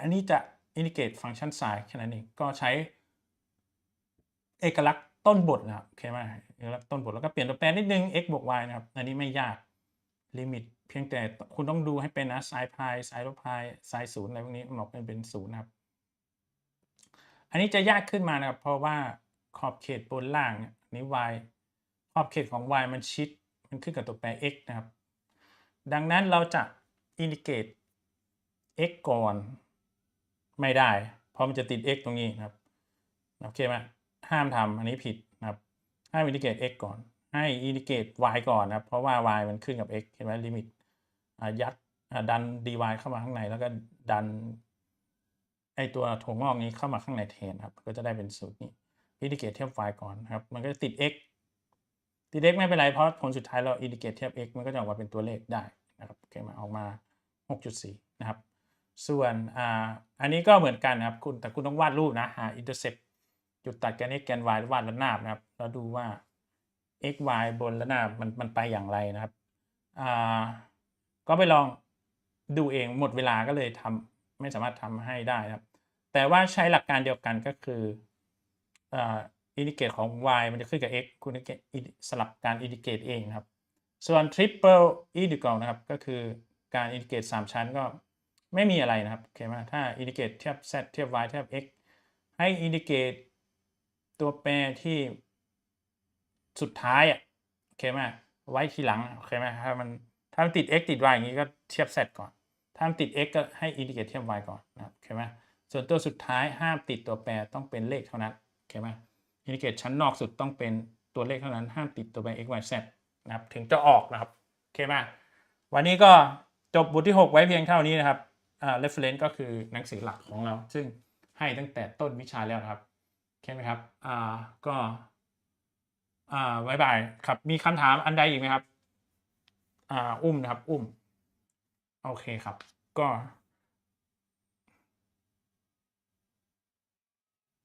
ได้ครับเชิญเลยครับไม่มีปัญหาครับครับสวัสดีครับ